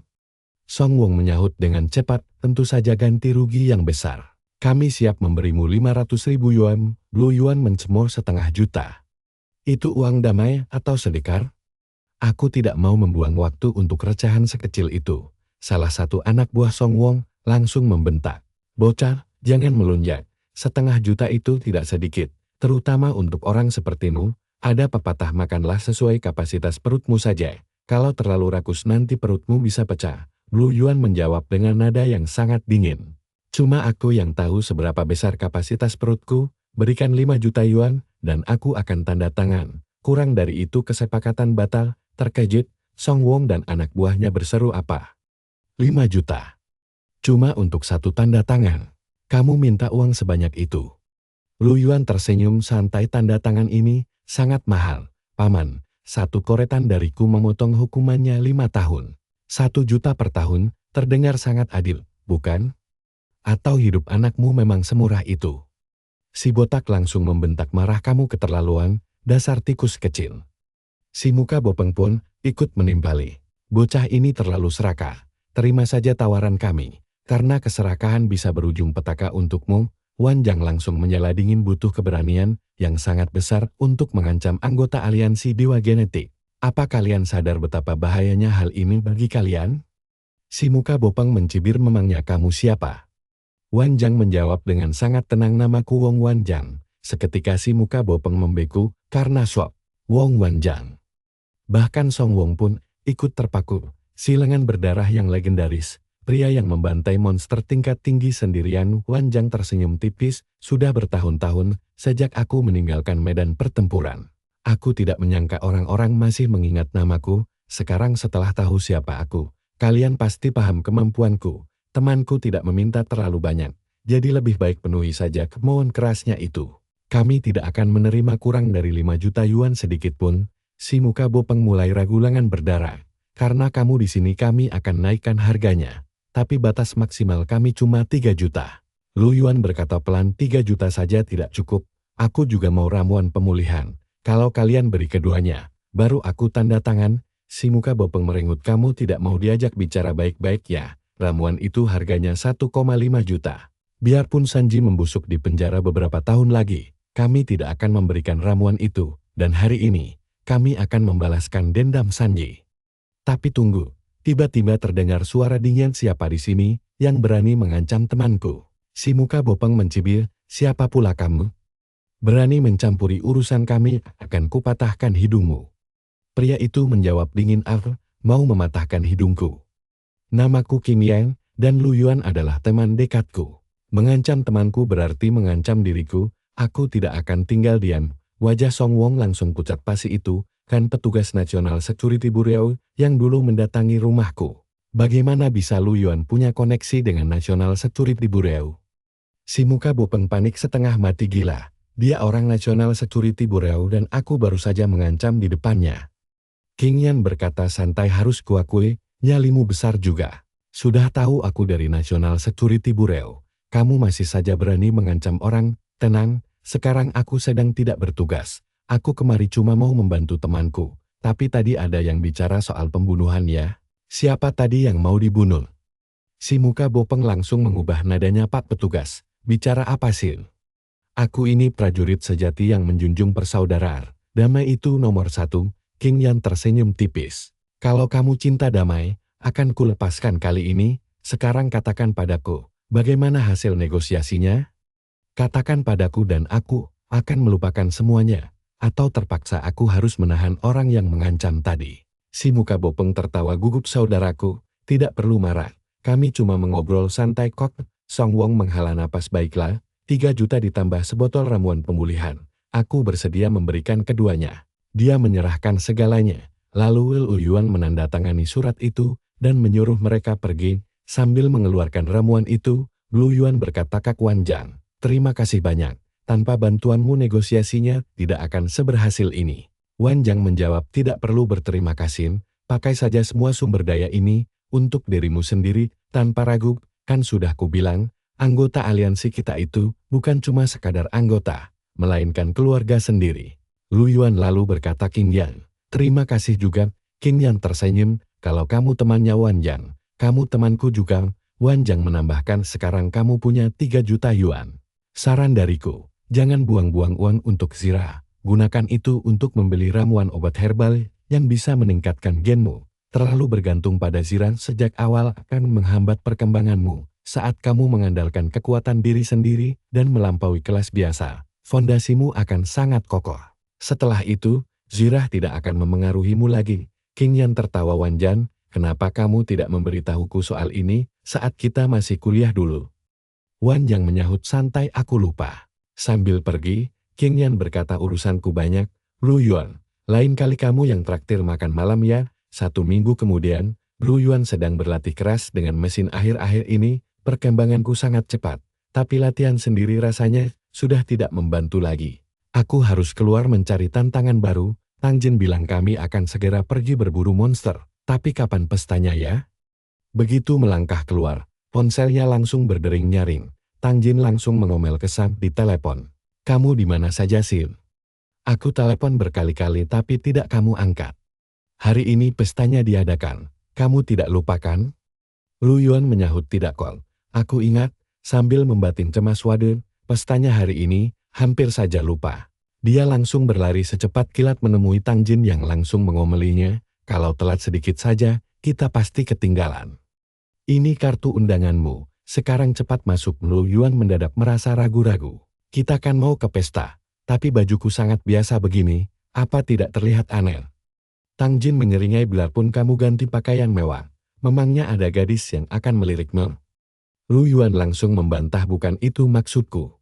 Tang Jin tertawa satu kampus tahu Lui menyukaimu, dia itu cantik banget. Nah lo, kesempatan emas begini, jangan sampai lolos ya. Lu Yuan langsung terkejut benarkah? Dia menyukaiku. Tang Jin terus menggodanya sudah kuduga. Kamu pasti senang mendengarnya, lihat saja matamu, sampai berbinar-binar begitu. Lu Yuan mengelak aku cuma tanya iseng saja kok, sekarang adegan berpindah ke area pesta. Song Jia menghampiri Tang Jin, dan berkata, akhirnya kamu datang juga. Semua orang di sekitar langsung menatap kagum, karena dia terlihat luar biasa, sangat sempurna dari segala sudut, benar-benar 10/10. Song Jia membatin dalam hati bodar, sekali aku terus memikirkan Lu Yuan, lihat saja antrean pria yang mengejarku sekarang, dengan kecantikanku ini. Aku bisa memikat siapa saja, dan sama sekali tidak butuh dia lagi. Tapi saat melirik Lu Yuan, cowok itu sama sekali tidak bereaksi, membuat Song Jia kesal setengah mati. Dia pasti cuma pura-pura cuek. Ayo Tang Jin kita masuk, teman-temanku sudah banyak yang datang hari ini. Aku akan mengenalkanmu pada mereka. Mereka juga ikut berburu monster, dan pastinya sangat bisa diandalkan. Sambil berkata begitu, dia menarik Tang Jin menuju teman-temannya. Lalu Xing bertanya penasaran Jia, siapa dia? Sun Jia langsung menjawab kalau itu sahabat kecilnya, Tang Jin, mereka tumbuh bersama sejak dulu. Ximing pun tersenyum ramah, dan memperkenalkan diri sebagai Le Ximing. Ximing sok akrab dan berkata, kalau temannya Sun Jia adalah temannya juga, lalu menawarkan diri, untuk mengenalkannya ke semua orang. Tapi Tang Jin menggelengkan kepala dan menolak, Sun Jia pun langsung merengut kesal. Sun Jia berbisik, kalau Ximing punya koneksi luas dan bisa mengenalkan Tang Jin ke orang-orang hebat, ini kesempatan emas yang sayang dilewatkan. Dia lalu curiga, apa Tang Jin menolak gara-gara Yuan? Yuan dengan santai menyuruh Tang Jin pergi saja selagi dia jalan-jalan sendiri, tapi Tang Jin dengan tegas menjawab, kalau Yuan tidak ikut, dia juga tidak mau pergi. Ximing pun heran dan bertanya, siapa sebenarnya Yuan itu? Teman Ximing langsung berbisik membocorkan, kalau Yuan adalah mantan pacarnya Sun Jia. Ximing langsung menyeringai meremehkan dan menyebut Yuan cowok pecundang, lalu dengan sombong mengajaknya ikut, karena satu orang lagi tidak masalah. Sikap tenang Ximing dipuji banyak orang, pria idaman, katanya, padahal dia cuma pura-pura tenang di depan sang mantan pacar. Tang Jin pun mulai merasa cemas dan berbisik cemas kepada Yuan. Tang Jin mengajak pergi, karena risih menjadi bahan gosip semua orang, tapi Yuan menggelengkan kepala, dan berkata mereka hanya bicara omong kosong, tidak ada alasan bagi mereka untuk pergi dari pesta. Tak lama kemudian, Sun Jia mendekati Yuan dan mengajaknya bicara secara pribadi. Dia mengakui kalau kekuatan Yuan sekarang cukup hebat, tapi dia melakukan ini demi kebaikan sahabat kecilnya, Tang Jin. Sun Jia menganggap Tang Jin seperti adiknya sendiri dan tidak mau hubungan mereka rusak gara-gara Yuan, tapi dengan tatapan dingin. Yuan malah balik bertanya kenapa dia harus peduli dengan ocehan itu. Sun Jia membalas kalau Yuan hanya akan menjadi penghalang bagi masa depan Tang Jin. Dia mengaku Yuan berbakat dan mungkin bisa jadi prajurit kelas atas, tapi tidak akan bisa lebih dari itu karena miskin koneksi. Sun Jia pamer kalau dia pacar Ximing, pemuda kaya raya dari keluarga Le yang koneksinya mencapai tingkat master. Bersama Ximing, masa depannya jelas akan sangat terjamin. Dia lalu menantang Yuan. Apa yang bisa diberikan cowok itu untuk Tang Jin? Yuan hanya mencemooh omong kosong itu. Namun Sun Jia menegaskan kembali kalau Yuan tidak akan bisa membantu Tang Jin berkembang. Kita berdua tahu Tang Ji tidak pernah ingin jadi prajurit, tapi dia jauh lebih berbakat dari kita semua. Umurnya lebih muda, tapi kecepatan naik levelnya sangat luar biasa. Tang Jin pantas mendapatkan raja prajurit, bukan pecundang seperti Yuan, tapi sekarang pikirannya dipenuhi oleh Yuan. Sunja memohon agar Yuan meninggalkannya jika dia memang benar-benar peduli pada masa depan Tang Jin. Yuan menjawab dengan santai kalau Sunja dari dulu selalu salah paham. Dia tidak pernah memaksa Tang Jin untuk tinggal bersamanya, melainkan itu murni pilihan Tang Jin sendiri. Masalahnya bukan ada pada mereka berdua. Nah, bagian ini nih yang bikin gregetan. Yuan membalas kalau masalah aslinya ada pada mentalitas Sunja yang cuma bisa menumpang hidup pada orang lain demi menaikkan derajat dirinya sendiri. Orang yang mengandalkan koneksi akan tertinggal jauh. Yuan menegaskan dia akan menjadi legenda sejarah yang tak tertandingi di dunia ini, dan akan mulai dengan melampaui para pemenang palsu pilihan Sunja. Yuan ingin membuktikan kalau tanpa koneksi pun seseorang tetap bisa sukses. Sunja hanya mencibir dingin. Dia menganggap Yuan tetaplah cowok bodoh yang tidak tahu diri. Di sudut lain, Siming asyik mengobrol dengan kelompoknya. Pesta ini diadakan untuk merayakan kedatangan Yuan, putri tunggal dari keluarga Yan yang sangat berpengaruh. Gadis berumur 23 tahun itu dikenal pemarah, makanya belum pernah punya pacar, dan kakeknya sedang sibuk mencarikannya jodoh. Teman-teman Siming pun langsung memanas-manasi kalau ini kesempatan emas baginya. Keluarga Li dinilai sangat cocok bersanding dengannya, apalagi Siming berwajah tampan. Tapi dalam hati, Siming tahu itu mustahil karena Yun selalu dikelilingi pendekar kuat, terutama si brengsek Chu Hong. Di depan semua orang, Siming berlagak setia dengan berkata, dia hanya peduli pada Sunja. Sunja tersenyum bahagia, sementara Tang Jin malah bergidik ngeri mendengar rayuan murahan yang sangat menggelikan itu. Yuan kemudian menggoda Tang Jin dan bertanya, apakah dia akan terdengar aneh jika berbicara manis seperti itu? Tang Jin langsung melotot tajam dan mengancam akan meninjunya jika berani merayu seperti itu. Tang Jin menegaskan Yuan tidak perlu meniru gaya murahan itu, tapi momen santai mereka langsung hancur. Chu Hong tiba-tiba datang dan bertanya kenapa semua orang tampak senang. Teman-teman Siming langsung sibuk menjilat Chu Hong dengan pujian setinggi langit. Tapi Chu Hong malah menyeringai sinis karena mendengar gosip ada yang ingin merebut Yuan darinya, lalu menyuruh pelakunya maju. Siming buru-buru menjelaskan kalau itu cuma omong kosong belaka. Sambil tertawa santai, Chu Hong menyuruhnya jangan gugup karena itu hanya candaan. Sebelum matanya beralih menatap Sunja dengan penuh gairah. Chu Hong mulai bertingkah kurang ajar dengan memuji bahan gaun yang dipakai Sunja. Merasa risih, Sunja menepis tangannya. Namun Siming malah membela Chu Hong dan menyuruh Sunja jangan salah paham. Sunja sangat kecewa dengan kepengecutan pacarnya yang diam saja saat dirinya diganggu di depan umum. Di sisi lain, Tang Jin juga ikut kesal melihat tingkah laku Chu Hong yang sangat tidak sopan. Menurut Tang Jin, kandang itu sangat menjijikkan dan pantas mendapat bogem mentah. Tapi Chu Hong malah menyeringai dan menyindir Siming tentang ramuan transformasi gen yang ingin dibeli ayah Siming. Siming menjawab dengan canggung kalau ramuan seharga 8 juta itu terlalu mahal bagi ayahnya. Chu Hong pun tertawa mengejek dan menyombongkan kekayaannya yang jauh melampaui orang biasa seperti Siming. Dia merendahkan prajurit gen alami yang menurutnya tidak akan pernah bisa menandingi prajurit hasil transformasi gen dan meramal kalau nasib Siming sudah tamat di tingkat ahli saja. Mendengar ejekan itu, Yuan yang penasaran berbisik menanyakan apa sebenarnya ramuan transformasi tersebut. Tang Jin menjelaskan kalau ramuan itu bisa membuka seluruh potensi tersembunyi seorang prajurit genetik secara maksimal. Kalian sadar gak sih betapa sombongnya orang kaya satu ini? Chu Hong meremehkan semua prajurit alami sebagai tikus gold yang tidak akan pernah sukses dalam hidup. Bagi Chu Hong, prajurit alami hanyalah sampar yang bisa dia injak kapan saja. Namun ucapan sombong itu langsung didebat dengan sangat tajam oleh Tang Jin yang membela kehormatan para prajurit alami. Tang Jin menantahnya untuk bertarung secara adil. Jika dia memang punya nyali besar, keberanian luar biasa gadis muda ini seketika membuat semua tamu undangan di pesta langsung tercengang. Para tamu mulai berbisik panik karena ada gadis yang berani menyinggung keluarga Chu yang menguasai ribuan prajurit hebat. Sunja yang ketakutan pun langsung menarik lengan Tang Jin dan menyuruhnya segera meminta maaf. Dia tidak boleh berbicara kasar kepada tuan muda itu. Tapi Tang Jin yang kepalang kesal menolak mentah-mentah, karena merasa tidak adil jika mereka hanya boleh diam saat dihina terus-menerus. Tang Jin bahkan menyebut Chu Hong sebagai pria bermuka anjing yang tidak pantas dihormati. Sun Jia yang makin panik langsung memohon agar Chu Hong memaafkan ketidaktahuan teman masa kecilnya itu. Chu Hong tersenyum licik dan berkata dia akan mengajari Tang Jin sopan santun dengan caranya sendiri malam ini. Sontak kalimat bernada ancaman itu membuat Sun Jia langsung gemetar ketakutan. Sun Jia memohon karena Tang Jin baru berumur 16 tahun. Tapi Chu Hong malah mengancam akan menghukum Sun Jia juga. Dalam kondisi terdesak, Sun Jia berteriak meminta tolong kepada pacarnya, Si Ming. Si Ming ketakutan setengah mati, dia tidak mau ikut campur. Malahan, dia langsung menampar Sun Jia secara kasar sambil berteriak kalau dia sama sekali tidak mengenal gadis itu.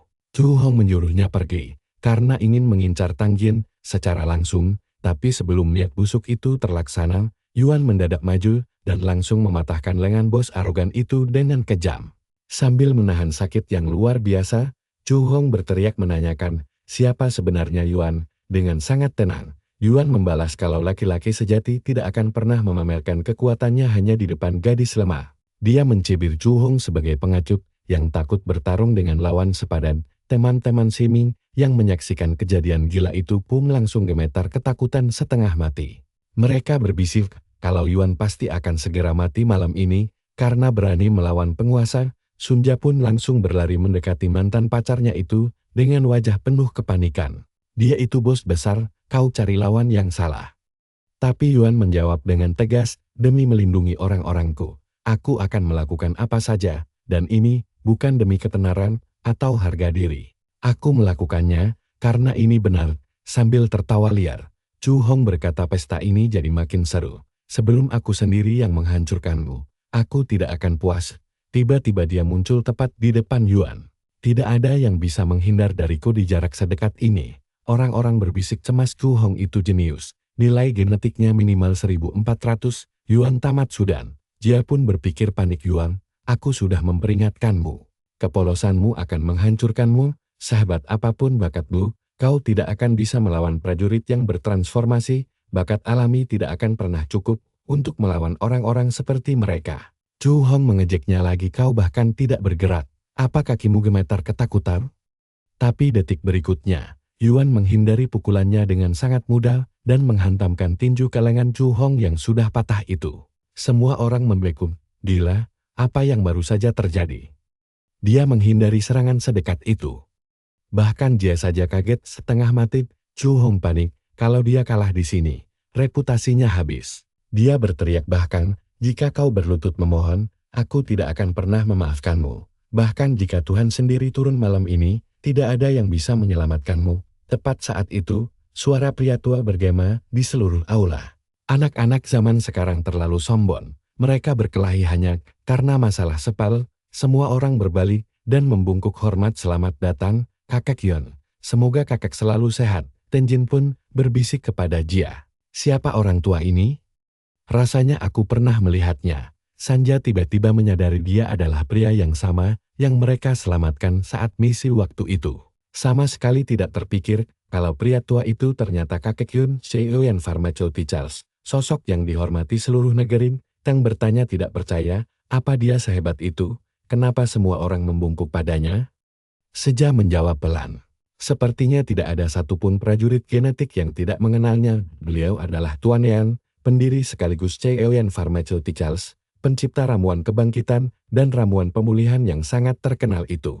Setengah manusia di dunia ini hidup berkat ciptaannya, itulah alasan semua prajurit sangat menghormatinya. Yuan bergumam dalam hati, jadi dia yang menciptakan eliksir kebangkitan itu, pantas saja harganya sangat mahal. Sanja menambahkan, kakek Yun orangnya sangat ramah dan rendah hati, makanya jarang ada yang mengenali wajahnya langsung. Jika tidak ada yang memanggil namanya tadi, kita semua tidak akan pernah tahu.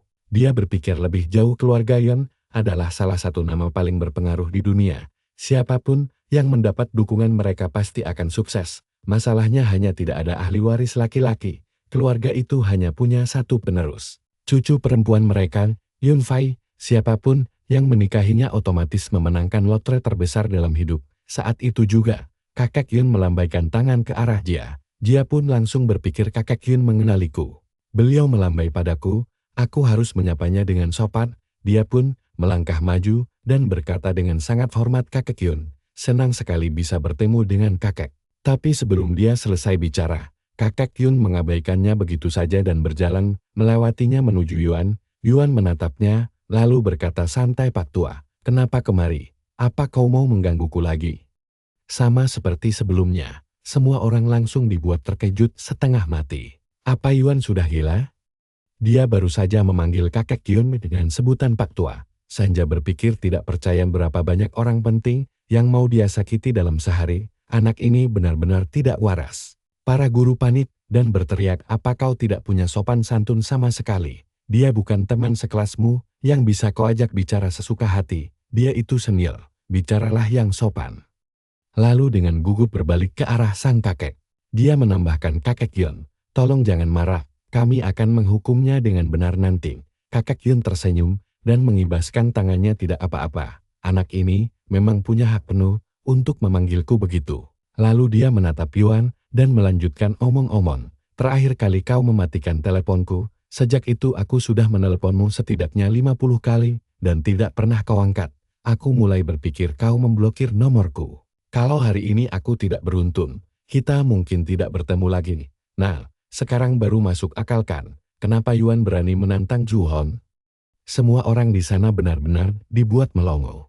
Zhu Hong berpikir pahit mendapatkan perhatian kakek Yun itu, hampir mustahil. Aku sudah berusaha sangat keras, tapi bahkan tidak pernah bisa bertemu dengannya sekalipun. Apa yang dilakukan si gembel Yuan ini sampai bisa menjadi kesayangannya? Kakek Yun berbicara lagi, waktu itu kau menyelamatkan nyawaku, aku belum sempat berterima kasih dengan layak. Yuan menjawab dengan tenang, kakek, aku sudah bilang sebelumnya, tidak perlu berterima kasih padaku. Apa yang kulakukan hanyalah kewajibanku. Berapa kali lagi kakek mau berterima kasih untuk hal yang sama? Semua orang tersentak, apa dia benar-benar menyelamatkan nyawa kakek Yun? Kakek Yun memegang tangan Yuan dan berkata hangat, Nan, kau tidak boleh pergi kemana-mana. Aku belum selesai bicara. Yuan menggelengkan kepala, aku tidak pergi kok. Hanya ada satu hal yang harus ku selesaikan dulu. Begitu selesai, aku akan duduk dan mengobrol denganmu secara layak. Dia lalu berjalan mendekati Zhu Hong, pembicaraan kita belum selesai. Bukankah tadi kau bicarakan soal berlutut dan meminta maaf? Zhu Hong menelan ludah dan berkata, tolong maafkan aku salah. Yuan mendekatkan tangannya ke telinga dengan mengejek, sepertinya telingaku sedang mogok hari ini. Bicaralah lebih keras, agar aku bisa mendengarmu. Si sombong ini menggertakkan gigi dan berteriak, aku benar-benar bodoh, karena mencari masalah dengan orang baik sepertimu. Tolong maafkan kesombongan dan kelakuan burukku ini. Seluruh pesta langsung terdiam karena shock. Apa yang baru saja terjadi? Bukankah sedetik lalu Zhu Hong sangat sombong? Harga dirinya lenyap dalam sekejap. Yuan berkata dengan tegas, masalah ini tidak berakhir di sini. Zhu Hong panik, lalu apalagi maumu?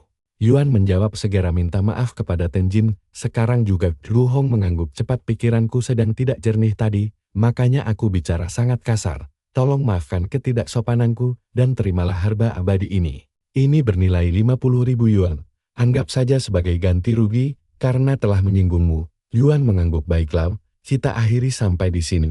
Zhu Hong memaksakan senyum, ya kau benar. Saat dia berbalik, Yuan menambahkan dengan santai, aku tahu kau akan kembali untuk membalas dendam suatu hari nanti. Aku akan menunggumu. Zhu Hong menyeringai, tunggu saja. Hari kepulanganku nanti akan menjadi hari terakhir dalam hidupmu. Sanja pun berpikir. Semuanya berubah dalam sekejap mata di sini. Yuan berbalik menghadap kakek Yun, maaf, kakek, aku butuh waktu lebih lama dari perkiraan. Kakek Yun tertawa, tidak apa-apa. Sebenarnya aku ingin bertanya sesuatu, kau belum punya pacar, kan? Dan kalaupun punya, cepat putuskan dia, kau masih muda dan sangat berbakat. Cucu perempuanku, Yun Fai, baru saja pulang hari ini, dengarkan aku, habiskanlah waktu bersamanya. Aku jamin kau pasti akan menyukainya. Menurutku kalian berdua adalah pasangan yang sangat serasi. Kerumunan langsung heboh.